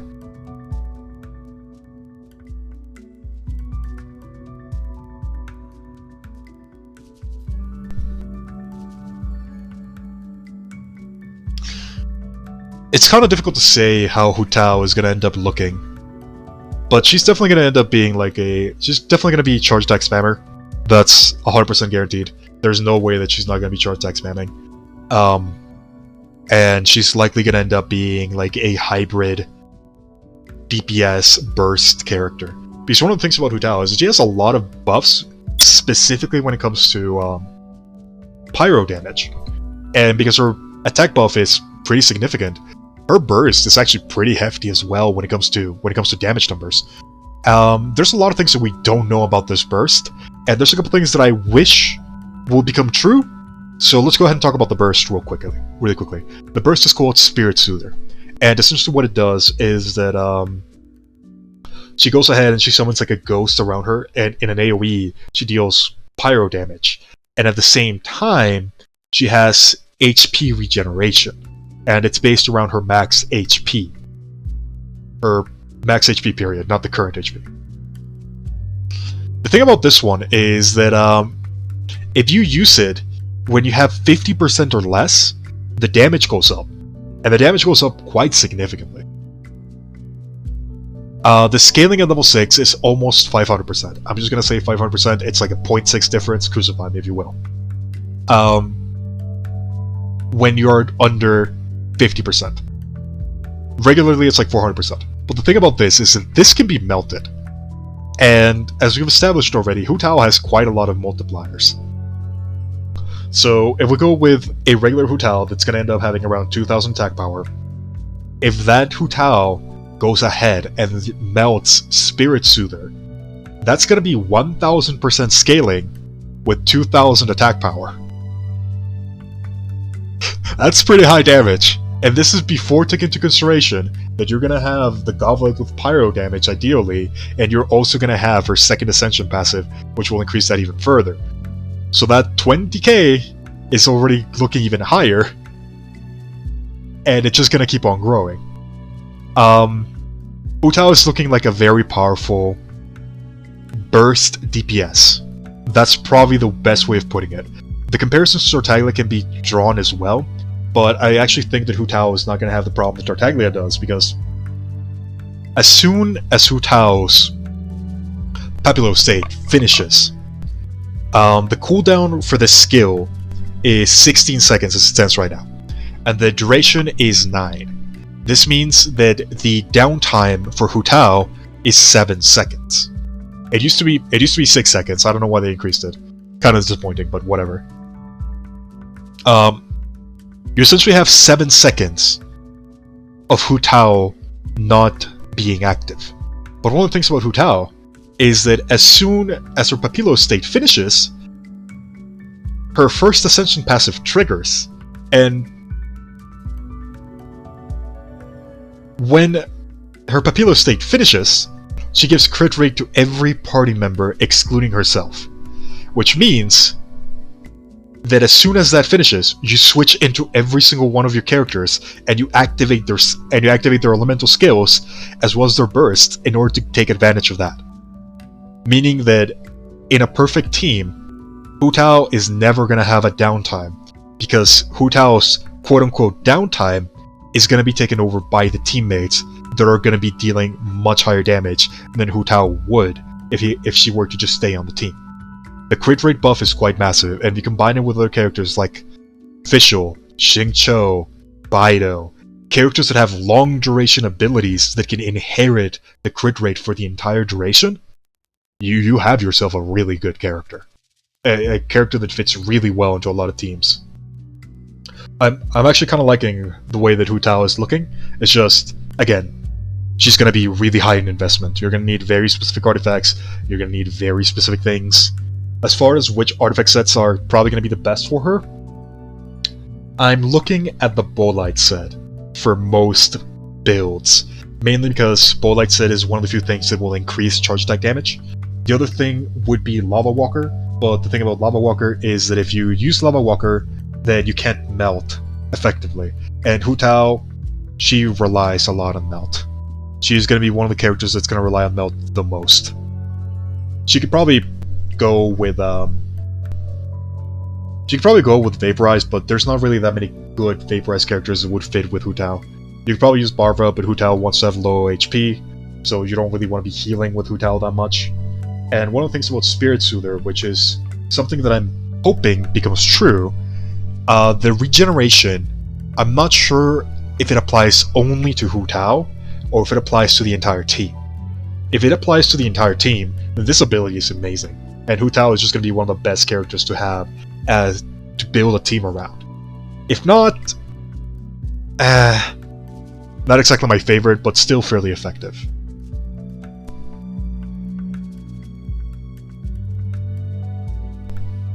Gladiator, the thing about Gladiator is that most of Hutao's scaling is centered on her melting her charge attack. That is what Hutao wants to do. Her normal attack scaling is pretty good as well, but she doesn't have the oomph to make it work. If you're going for that build, you can probably make it work with a Xingqiu Vaporize build, and you would play her fairly similarly to how you would play Diluc. It can work. It can definitely work. It's not a bad build either. It's just probably not where she's the most comfortable. Two-piece Gladiator is absolutely horrendous on Hutao, unless her buff counts as base attack damage. If it counts as a base attack buff, then Gladiators is probably the way you're probably just going to run as much attack power as you can. But if it doesn't, it's really, really bad. It's worse than for pretty much every other character in the game. I'm fully expecting you're either gonna run Bolite set because that's the only thing that works effectively, or you're gonna be running now, this one's gonna be weird. The Blizzard Walker set, in order to get the crit rate bonus, because ideally you want to be melting every hit. Is that gonna be the case? Probably not. That is absolutely way too difficult to accomplish, and very few characters can allow you to do that. Probably the only one that comes to mind being Ganyu. Maybe Kea. Kea would probably work as well. Crimson Witch could also work. I think I already did the math for Crimson Witch, and the maximum damage bonus that Hutao can end up getting is 40%, but that's only for a very small duration, and it's just more efficient to use the Bolite set, because the Bolite set counts as an additional multiplier, whereas the Witch set counts as fire damage bonus, and fire damage bonus does not get that much of a benefit. That's the main reason why I recommend Bolite set over the Witches set. If you're using Hutao as support, the Witches set is your best option. I would not recommend that you use Hutao as support, however. But if you do, Witches set for sure. Otherwise, Bolite set just does the most mathematical sense. Thundering Fury would not work. Actually, it might work if you want to go for like an overloaded build in order to reduce the cooldown, but again, Hutao doesn't really have that much of a time where she doesn't want to be... She doesn't have downtime, per se, because you want to be filling that downtime with your other characters. When you have a team with Hutao, you want to take advantage of that crit buff. You want to take advantage of that and bring in characters that can do a lot of damage with it. Characters like Fischl, characters like Ning Wang, characters like Xingqiu for that matter even, Baido in order to increase that power. Any character that gets a massive benefit from crit rate, and that can do their damage in a burst-like fashion, they're going to pair really, really well with Hutao in particular. I'm thinking, as far as teammates are concerned, for Hutao, I'm looking at characters like Keia, I'm looking at characters like Diona, I'm looking at characters like Ganyu. Ganyu probably not that much, if I'm being honest. Ganyu might just be better playing by herself.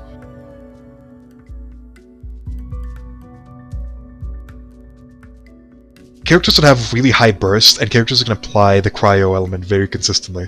That's what I'm looking for at this point in time right now. Fischl is definitely going to be one of the best pairings with Hutao. I think Fischl and Hutao are probably going to pair really, really well together. Especially if you have Fischl at C6. Another one that's probably going to pair fairly well. Sucrose might actually pair really well with Hutao, now that I think about it. Sucrose might end up being one of the better characters for Hutao. Having something like Sucrose, Keia, Hutao, and then whatever Hydro character you can get that will also pair really well. Maybe somebody like Mona. It's gonna end up depending on whether Hutao can heal with her burst or not. If she can heal the whole team with a burst, then that's probably gonna be one of the better teams. If not, you might still need a healer. In which case, I'm probably looking at Chi-Chi. Sucrose for Elemental Shred, and in order to infuse her element with Cryo, so that Hutao can apply Melt multiple times. That's what I'm thinking for. Because from what we've seen, it does look like Hutao can hit multiple enemies with her charge attacks. It appears to be very similar to the way that Xiao uses his elemental skill, his lemniscatic wind cycling. So if it can hit multiple enemies, then Sucrose could pull all those enemies together, apply the frozen status, so that Hutao can melt. That's kind of what I'm thinking about right now. That might actually work. You would also be getting the elemental mastery set, and at that point you can just forgo the Venerier set and go for the Instructor set in order to maximize Hutao's damage. Because we're not going to maximize the damage from Cryo. We're not going to be using Cryo. We're going to be using Melt. So there's no point in having Venerier set on Sucrose. You would be using the Instructors instead. That might actually be the way to go. How much would that be? Because once you apply that, you turn 20% of all of your elemental mastery into a different bonus. Let's say that we have a max elemental mastery timepiece. I believe that goes up to like 120 something. We give Sucrose an elemental mastery book like the Mappa Mare. That's another 120. That's a pretty massive elemental mastery buff. It would basically boost Hutao by almost like 70%. That's pretty massive. That is pretty massive.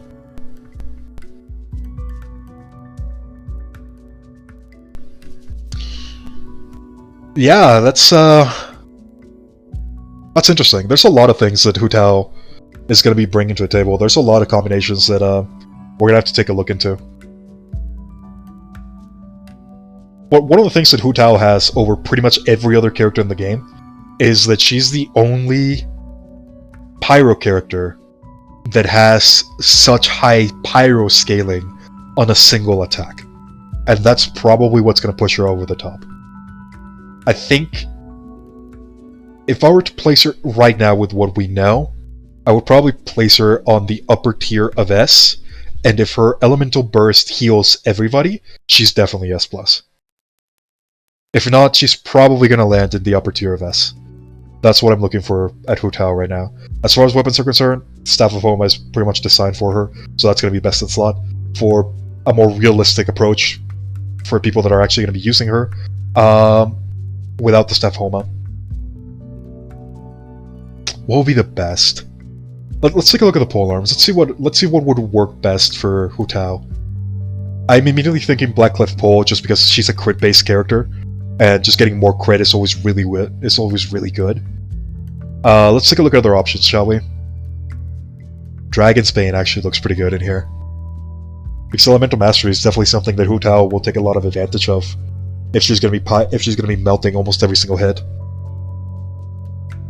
I'm kind of liking Dragon's Bane, if I'm being honest.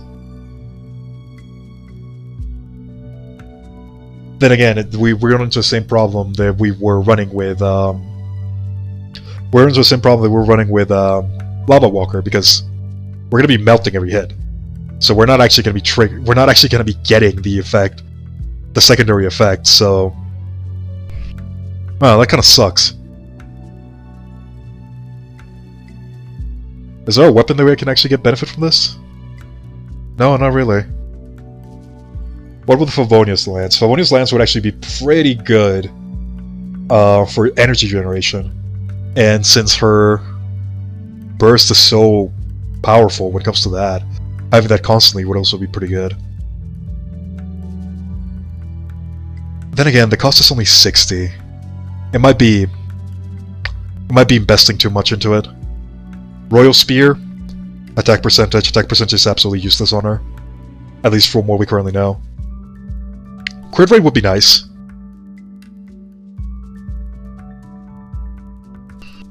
Yeah, you know what? It's looking like Prototype Star Glitters might be the best way to go.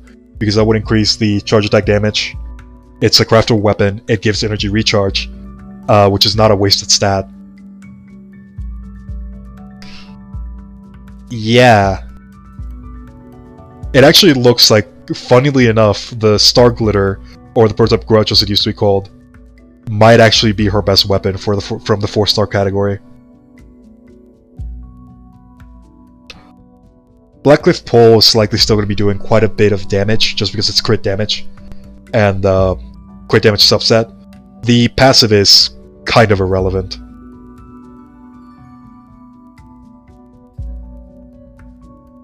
Star Glitter might actually be the best way to go. Star Glitter might be the best way to go. Just for regular consistency. For free-to-play, you're definitely going to go Star Glitter. If you're one invest more, Blackcliff Pole looks like the way to go. Can you stall the prototypes in Crescent Pike? Crescent Pike is not a bad weapon, so that's definitely not bad. Dragon's Bane with Bape would actually be pretty good, now that you mentioned that.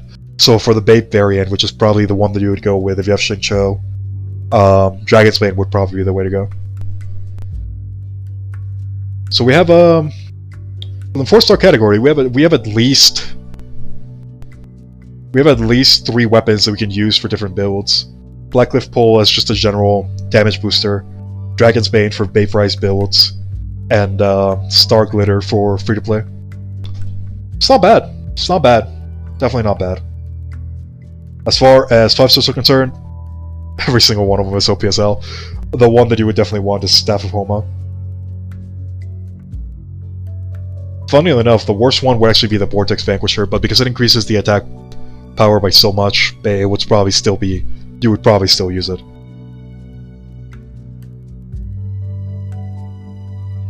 So yeah, all around, Hutao is looking pretty strong. Definitely a lot better than what my first impressions led me to believe. I haven't even mentioned the Blood Blossom damage. It's not that much. It's only it would only be 2 instances of 90% damage. That's kind of sad, in all honesty. I'm hoping that at least it's AoE.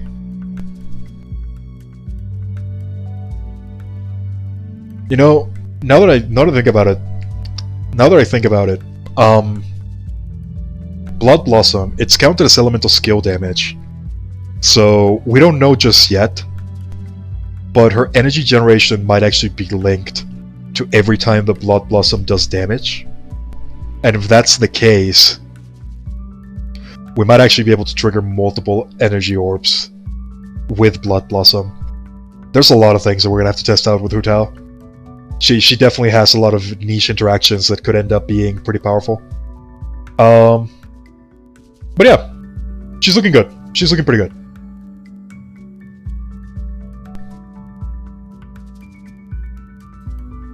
If Blood Blossom applies Pyro, then Lava would still work. It would, but again, we come back to the same problem where we want to be melting. We want to be using Melt all the time. Let's see. Thoughts on C6 Noelle now compared to other DPS carries? Oh boy. I want to talk about Noelle so badly. So I guess that's probably a good segue to the Q&A. We're going to start with that question, shall we?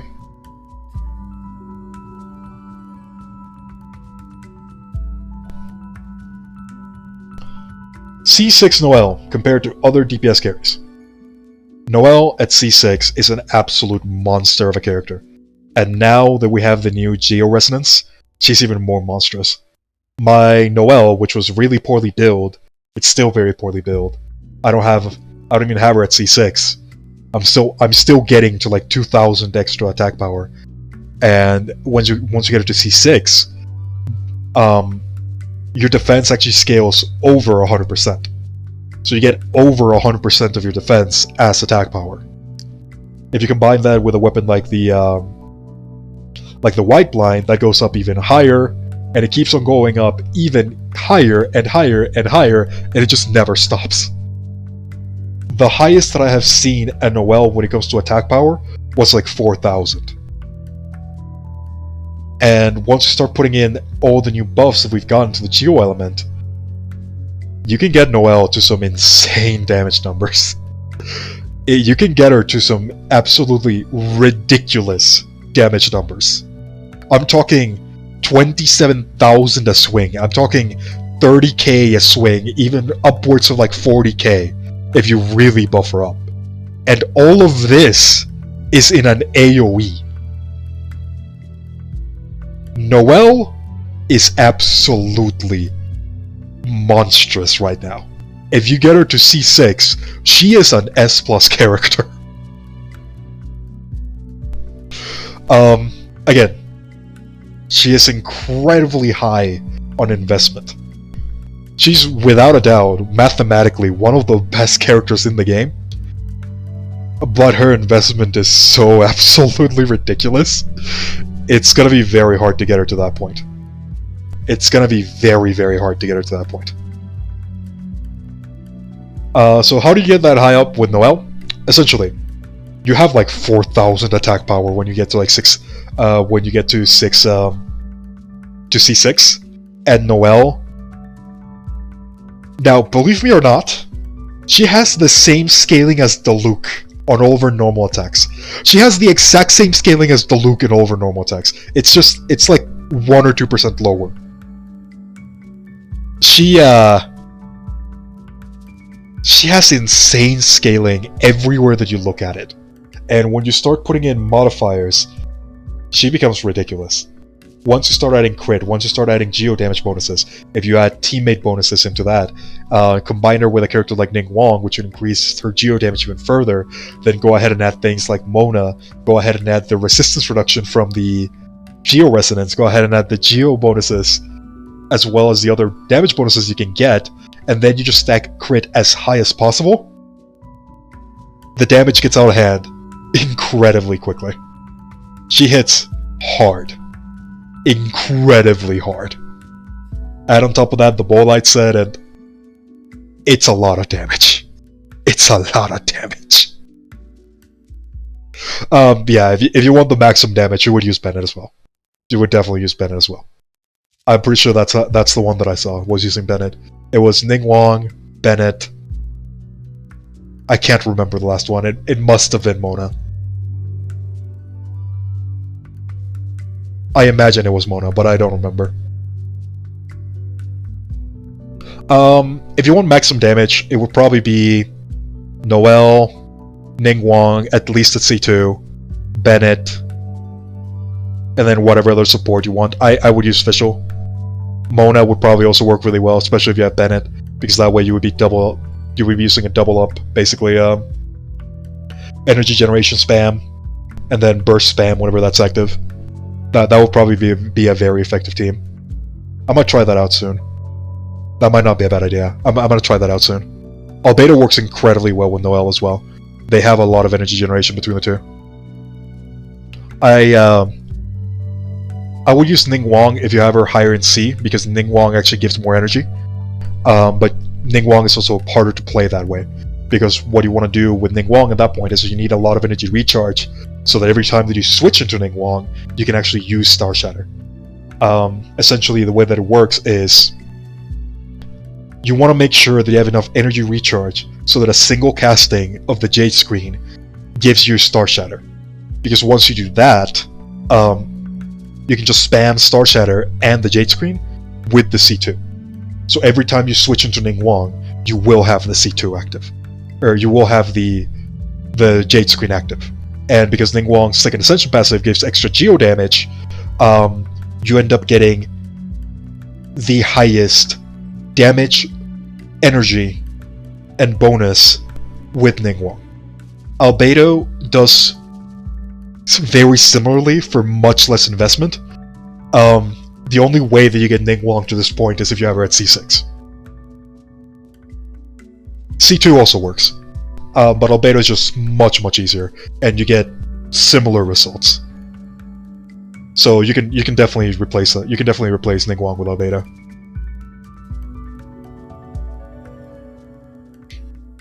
As for the other teammates, it's kind of up to you, really. There's a lot of really powerful options. One of the things that I've been using for the longest time is I've been using Xiangling and Fischl. Mainly because one of the things you can do with Fischl in particularly is if you have Fischl, you can trigger her second Ascension passive with both Crystallize as well as Overloaded.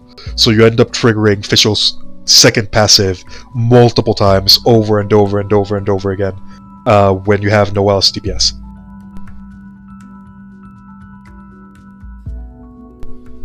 Our of Dawn Albedo, yeah, he's just super easy to build. So,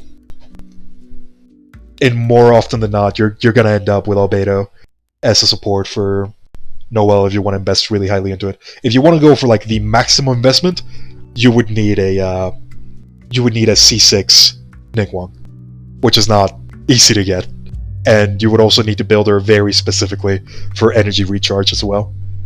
So a lot of investment, but that's what I'm going for. As for a more general build, if you want free to play, you would probably end up with Noelle, Xiangling, Fischl, and the Geo Traveler. If you want to invest more into it, Albedo, and then any other support that works really well. Bennett works well. Xiangling works well. Fischl works really well. Any other energy generation would also work well. I'm trying to think if there's something else that would actually be able to boost Noelle.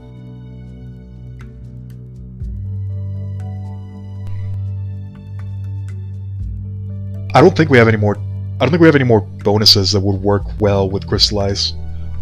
I think Fischl is the only one that can turn Crystallize into an offensive weapon. So yeah, unfortunately that might be it. That might actually be it. Zhongli could also work. Because he has that 20% reduction. The thing is, at that point, you would also be missing quite a lot on Zhongli, and the energy generation of Zhongli, while good, is not that great. Do you think that hutao needs her C1 to shine? I'm worried about her charge attack spam. I haven't even looked at her constellations, and I already think that she's already going to be working really well. So let's see, constellations, what do we have here? Well, in the Pyramid Papillus state, activating Guided with the Afterlife, hutao's charge attacks do not consume stamina. Okay, that's pretty good. Is it actually going to end up mattering? How much is the stamina consumption? The stamina consumption is 25. The duration is 9 seconds. Even if you're charge attacking every single second, you're not gonna end up using all of the stamina. I don't think it's gonna be that big of a problem. It's definitely gonna be nice to have it. Don't get me wrong, but realistically, hutao is gonna be out on the field for like 9 seconds. That's gonna be more often than not how long she's gonna be out on the field. And ideally, if we're doing everything perfectly, one of those seconds is going to be taken over by us activating her burst. So that means that at that point, you're going to be using the animation in order to start the stamina regeneration, and then you're going to be going into a switch rotation that's going to last for like 6-7 seconds. Stamina shouldn't be an issue. I think you'll be fine, even without the C1. I don't think it's going to be that big of a problem. You're just going to have to play her slightly different because you're going to have 1 or 2 less dodges than you would normally. Besides, her dodge is very similar to Xiao's, so you can actually use the charge attack as a dodge, just because of how quick it is. I have no worries about her charge attack spam. I don't think it's going to be that big of a problem.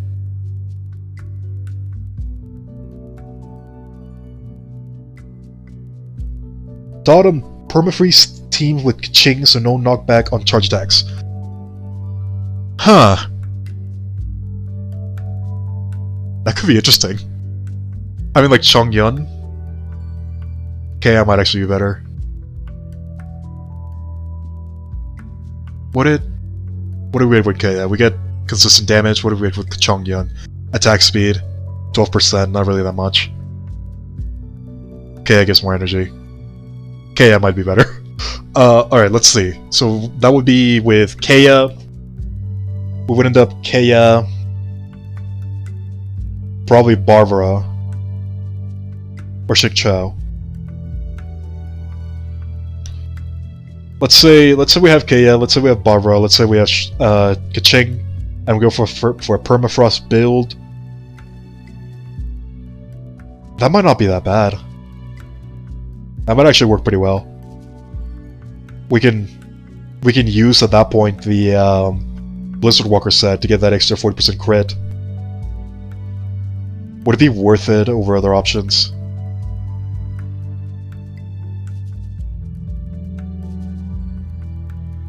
Let's see.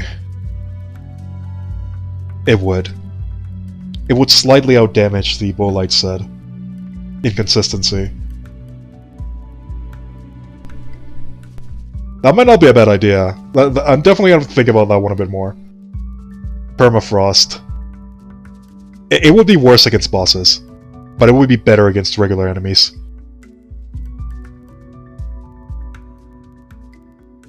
That's interesting. I'm gonna have to think about that one.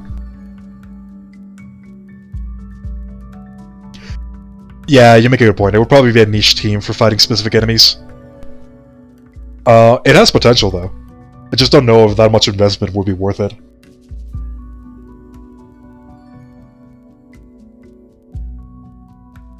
Adding Zhongli to that team? Yeah, that would also work.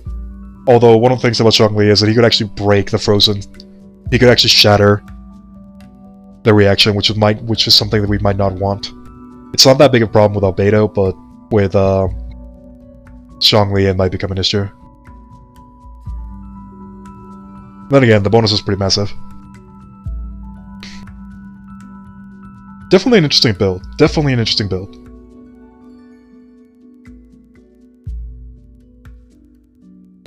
Alright, let me go ahead and look at the other questions, and we're probably just going to be answering one more.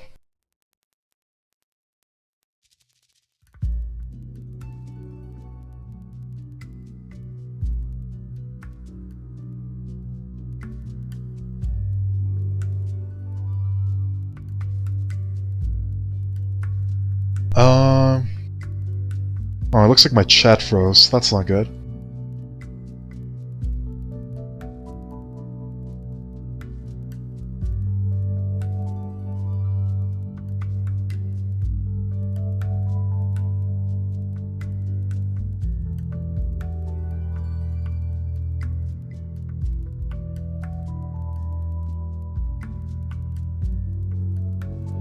Oh no, I can no longer read chat. This is not good. This might be a sign that I should probably finish the stream pretty soon. I have been streaming for about 2 hours.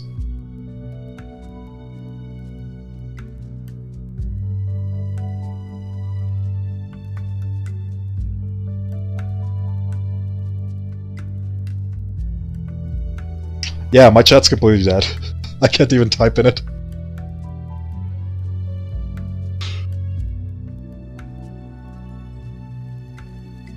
Ah, here we go. There you go. Okay. So it looks like I didn't miss that much. That's good. Did you hear about the free 4-star bow? The event one. I have heard about it. I've heard about the event one, and I've heard about the 5-star bow. And I'm gonna be honest, I want the 5-star bow really badly. I want that on my official. I feel like that'll bring quite a lot of it'll fix quite a lot of problems that I have with her at the moment. Mainly, I don't really have any problems with her. I want her to do more damage, and that bow would definitely work. That's the 5-star version though. The 4-star bow, I looked at it, and if you want my honest opinion, it looks absolutely atrocious. I don't think it's that good.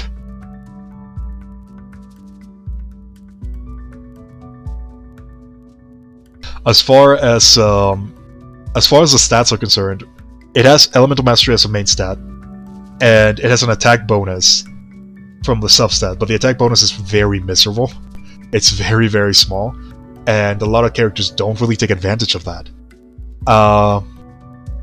If it was something like Energy Recharge or something else, it would probably be better.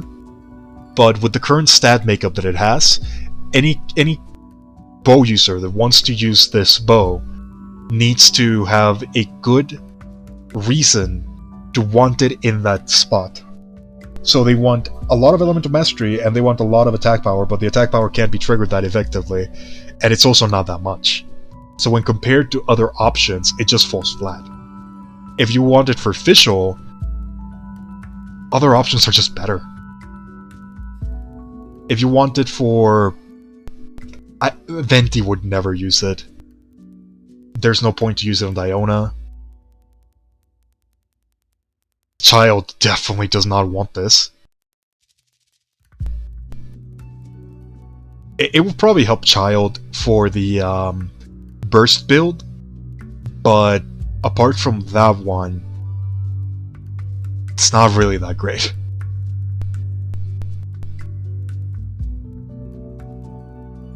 The 5-star bow is amazing. The 5-star bow is amazing. The 4-star one, the one that I've seen, is not...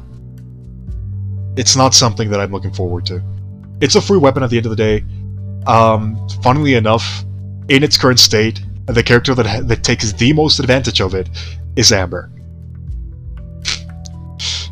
So, it's Amber's best weapon? Does that count for something?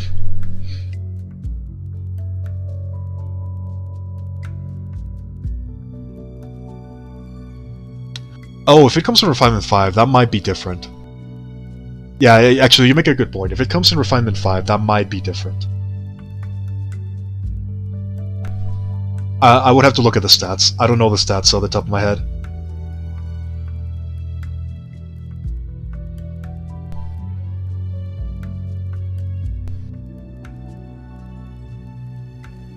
Huh, yeah, that might end up working. That might end up working. If it comes to max refinement, it would probably be a transitioning weapon. I think it's probably Amber's best weapon just because the stat makeup is exactly what Amber's wants. You want to be able to melt her charge attack and you want to increase her attack power as much as possible in the process, and that's what this bow does. It's Amber. It's Amber. It's Amber. Please, miHoYo. Please buff Amber. I don't want her to be useless. I like the character a lot.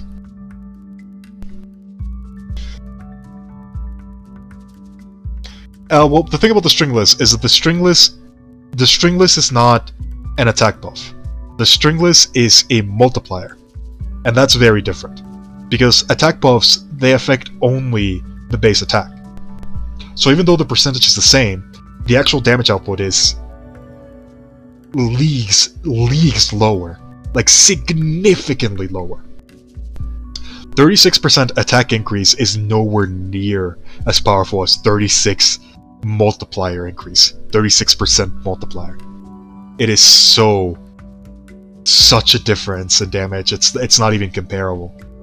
At the end of everything, you would probably need like 200% extra attack power to get that much bonus from a bow in comparison to a stringless.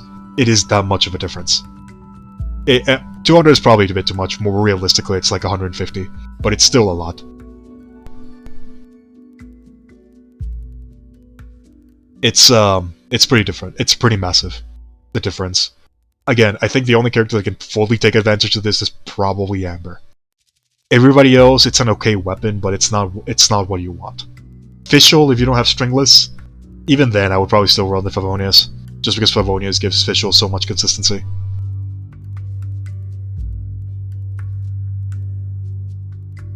If we could give constellations, I would give you my Amber constellations as well. I'm pretty sure I'm very close to. I think I'm either at C1 or at C2. I don't remember. I don't want to look at it.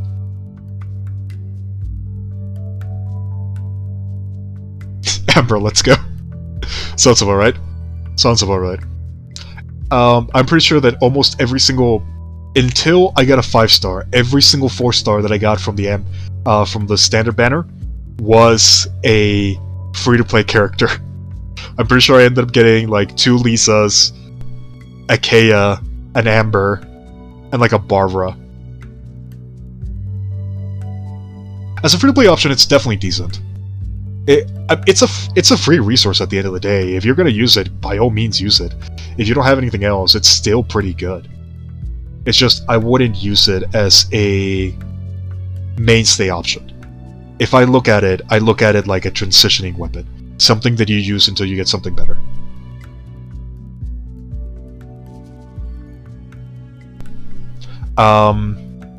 Again, we take those. It's a free weapon at the end of the day. I'm gonna put it on Ember. But I have a lot of bows, so I'm not worried about that anymore. As a free-to-play option, it's not bad. It's not bad. It's definitely, again, a transitioning weapon. It's a 4-star. It's a 4-star weapon. It's if the option is that or the 3-star pool, you're definitely gonna take the 4-star. It's just the weapon by itself is not that good. It is something that you will replace. So just keep that in mind.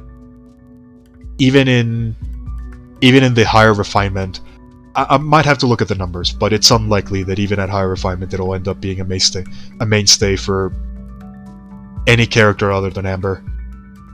If we get a bow user that's Hydro, that has more of a focus on charge attacks, unlike Tartaglia, who has more of a focus on normal attacks, that might end up being a weapon for them. But for right now, it's just kind of okay. It's not really bad, but it's not really good either.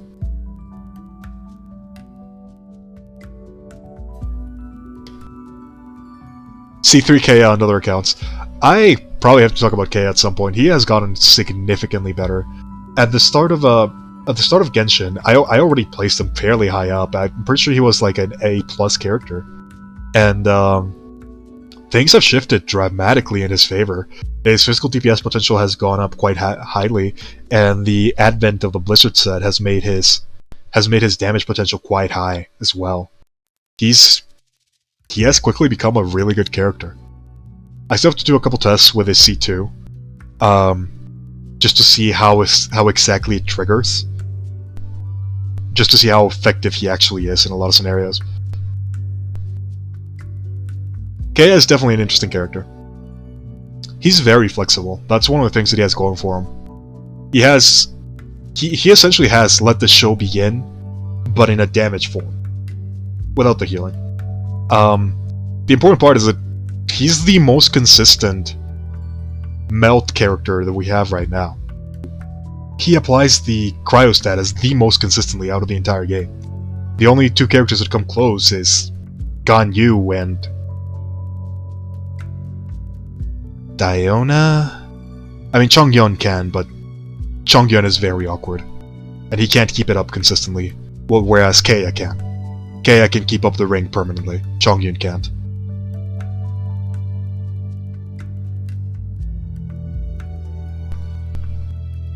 If we take Zhongli out, who has the strongest shield right now? Pretty sure that is Diona. I'm pretty sure Diona has the strongest shield. But that's only against Cryo. If you want just general strongest shield,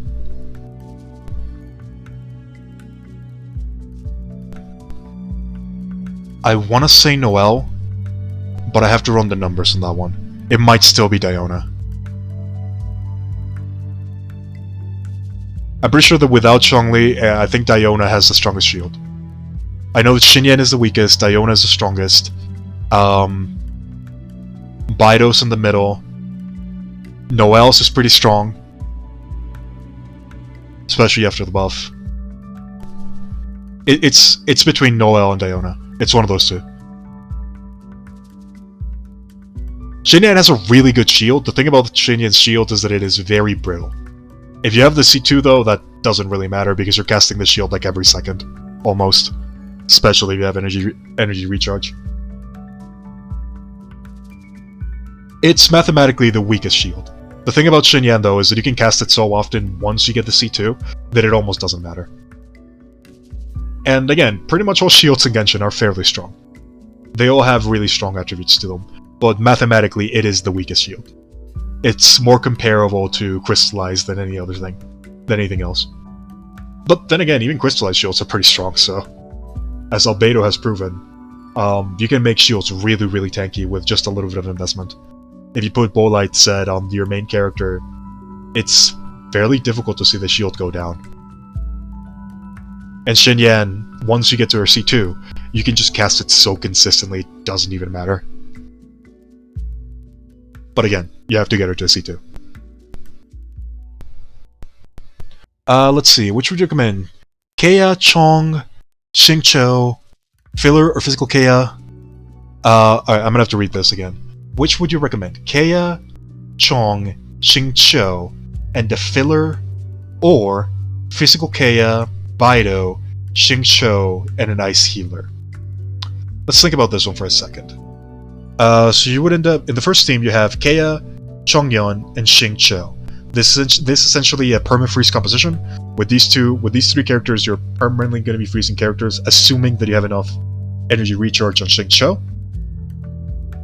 And we also have enough space for a filler character, which means that we can put pretty much anybody that we want in that position. We're very heavy when it comes to cryo, so ideally you want somebody that can take advantage of that. Ideally a melt character. Potentially hutao, in all honesty. Ideally... Who would fit into this composition as a filler character? Don't have many good options. And pretty much all the options that we do have that fill this composition would replace one of the other characters. Huh. Yeah, that's awkward.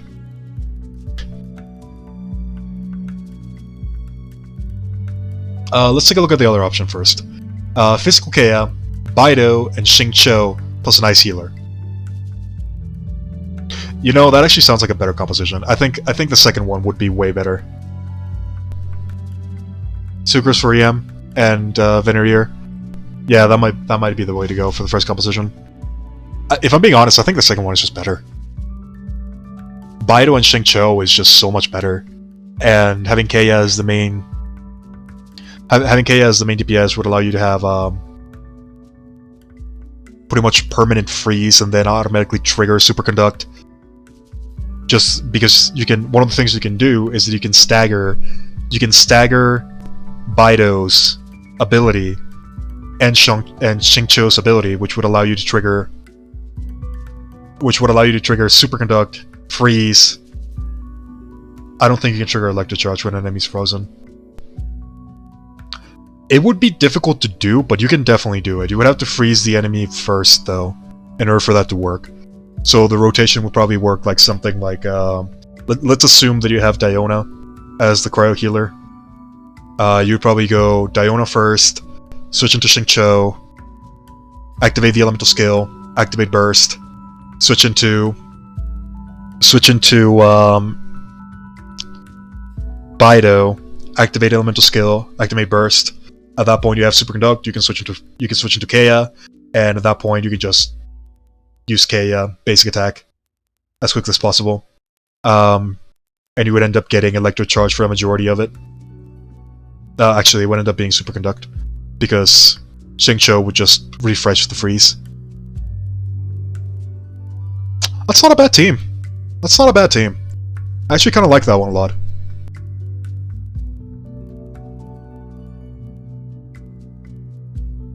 I think the freeze Superconduct is better. If you want like a Venerier team That's probably going to be like a Ganyu Venti thing. For Cryo, at least. It might work with Sucrus and Rosaria. That might actually work really well as well. Sucrus plus Rosaria. I'm curious to see how Rosaria changes the game. I think Rosaria is going to be really good as well.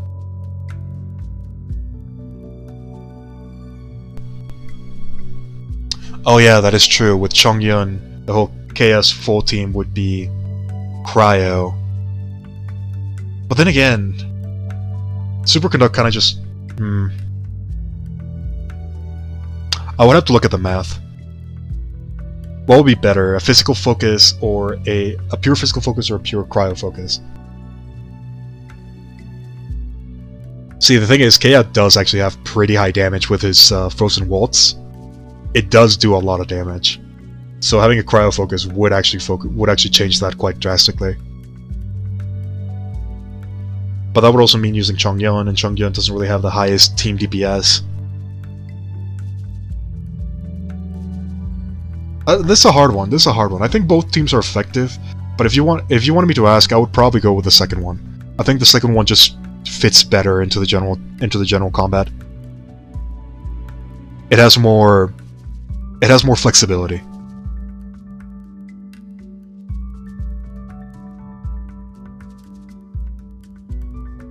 I would probably go with the second one, at least in my opinion. That one just seems like the better option.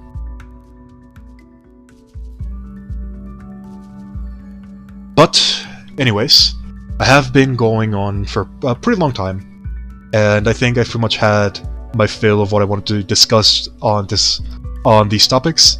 So yeah, thank you all for coming. Thank you all for watching. If you enjoyed, thank you very much for watching. Portals.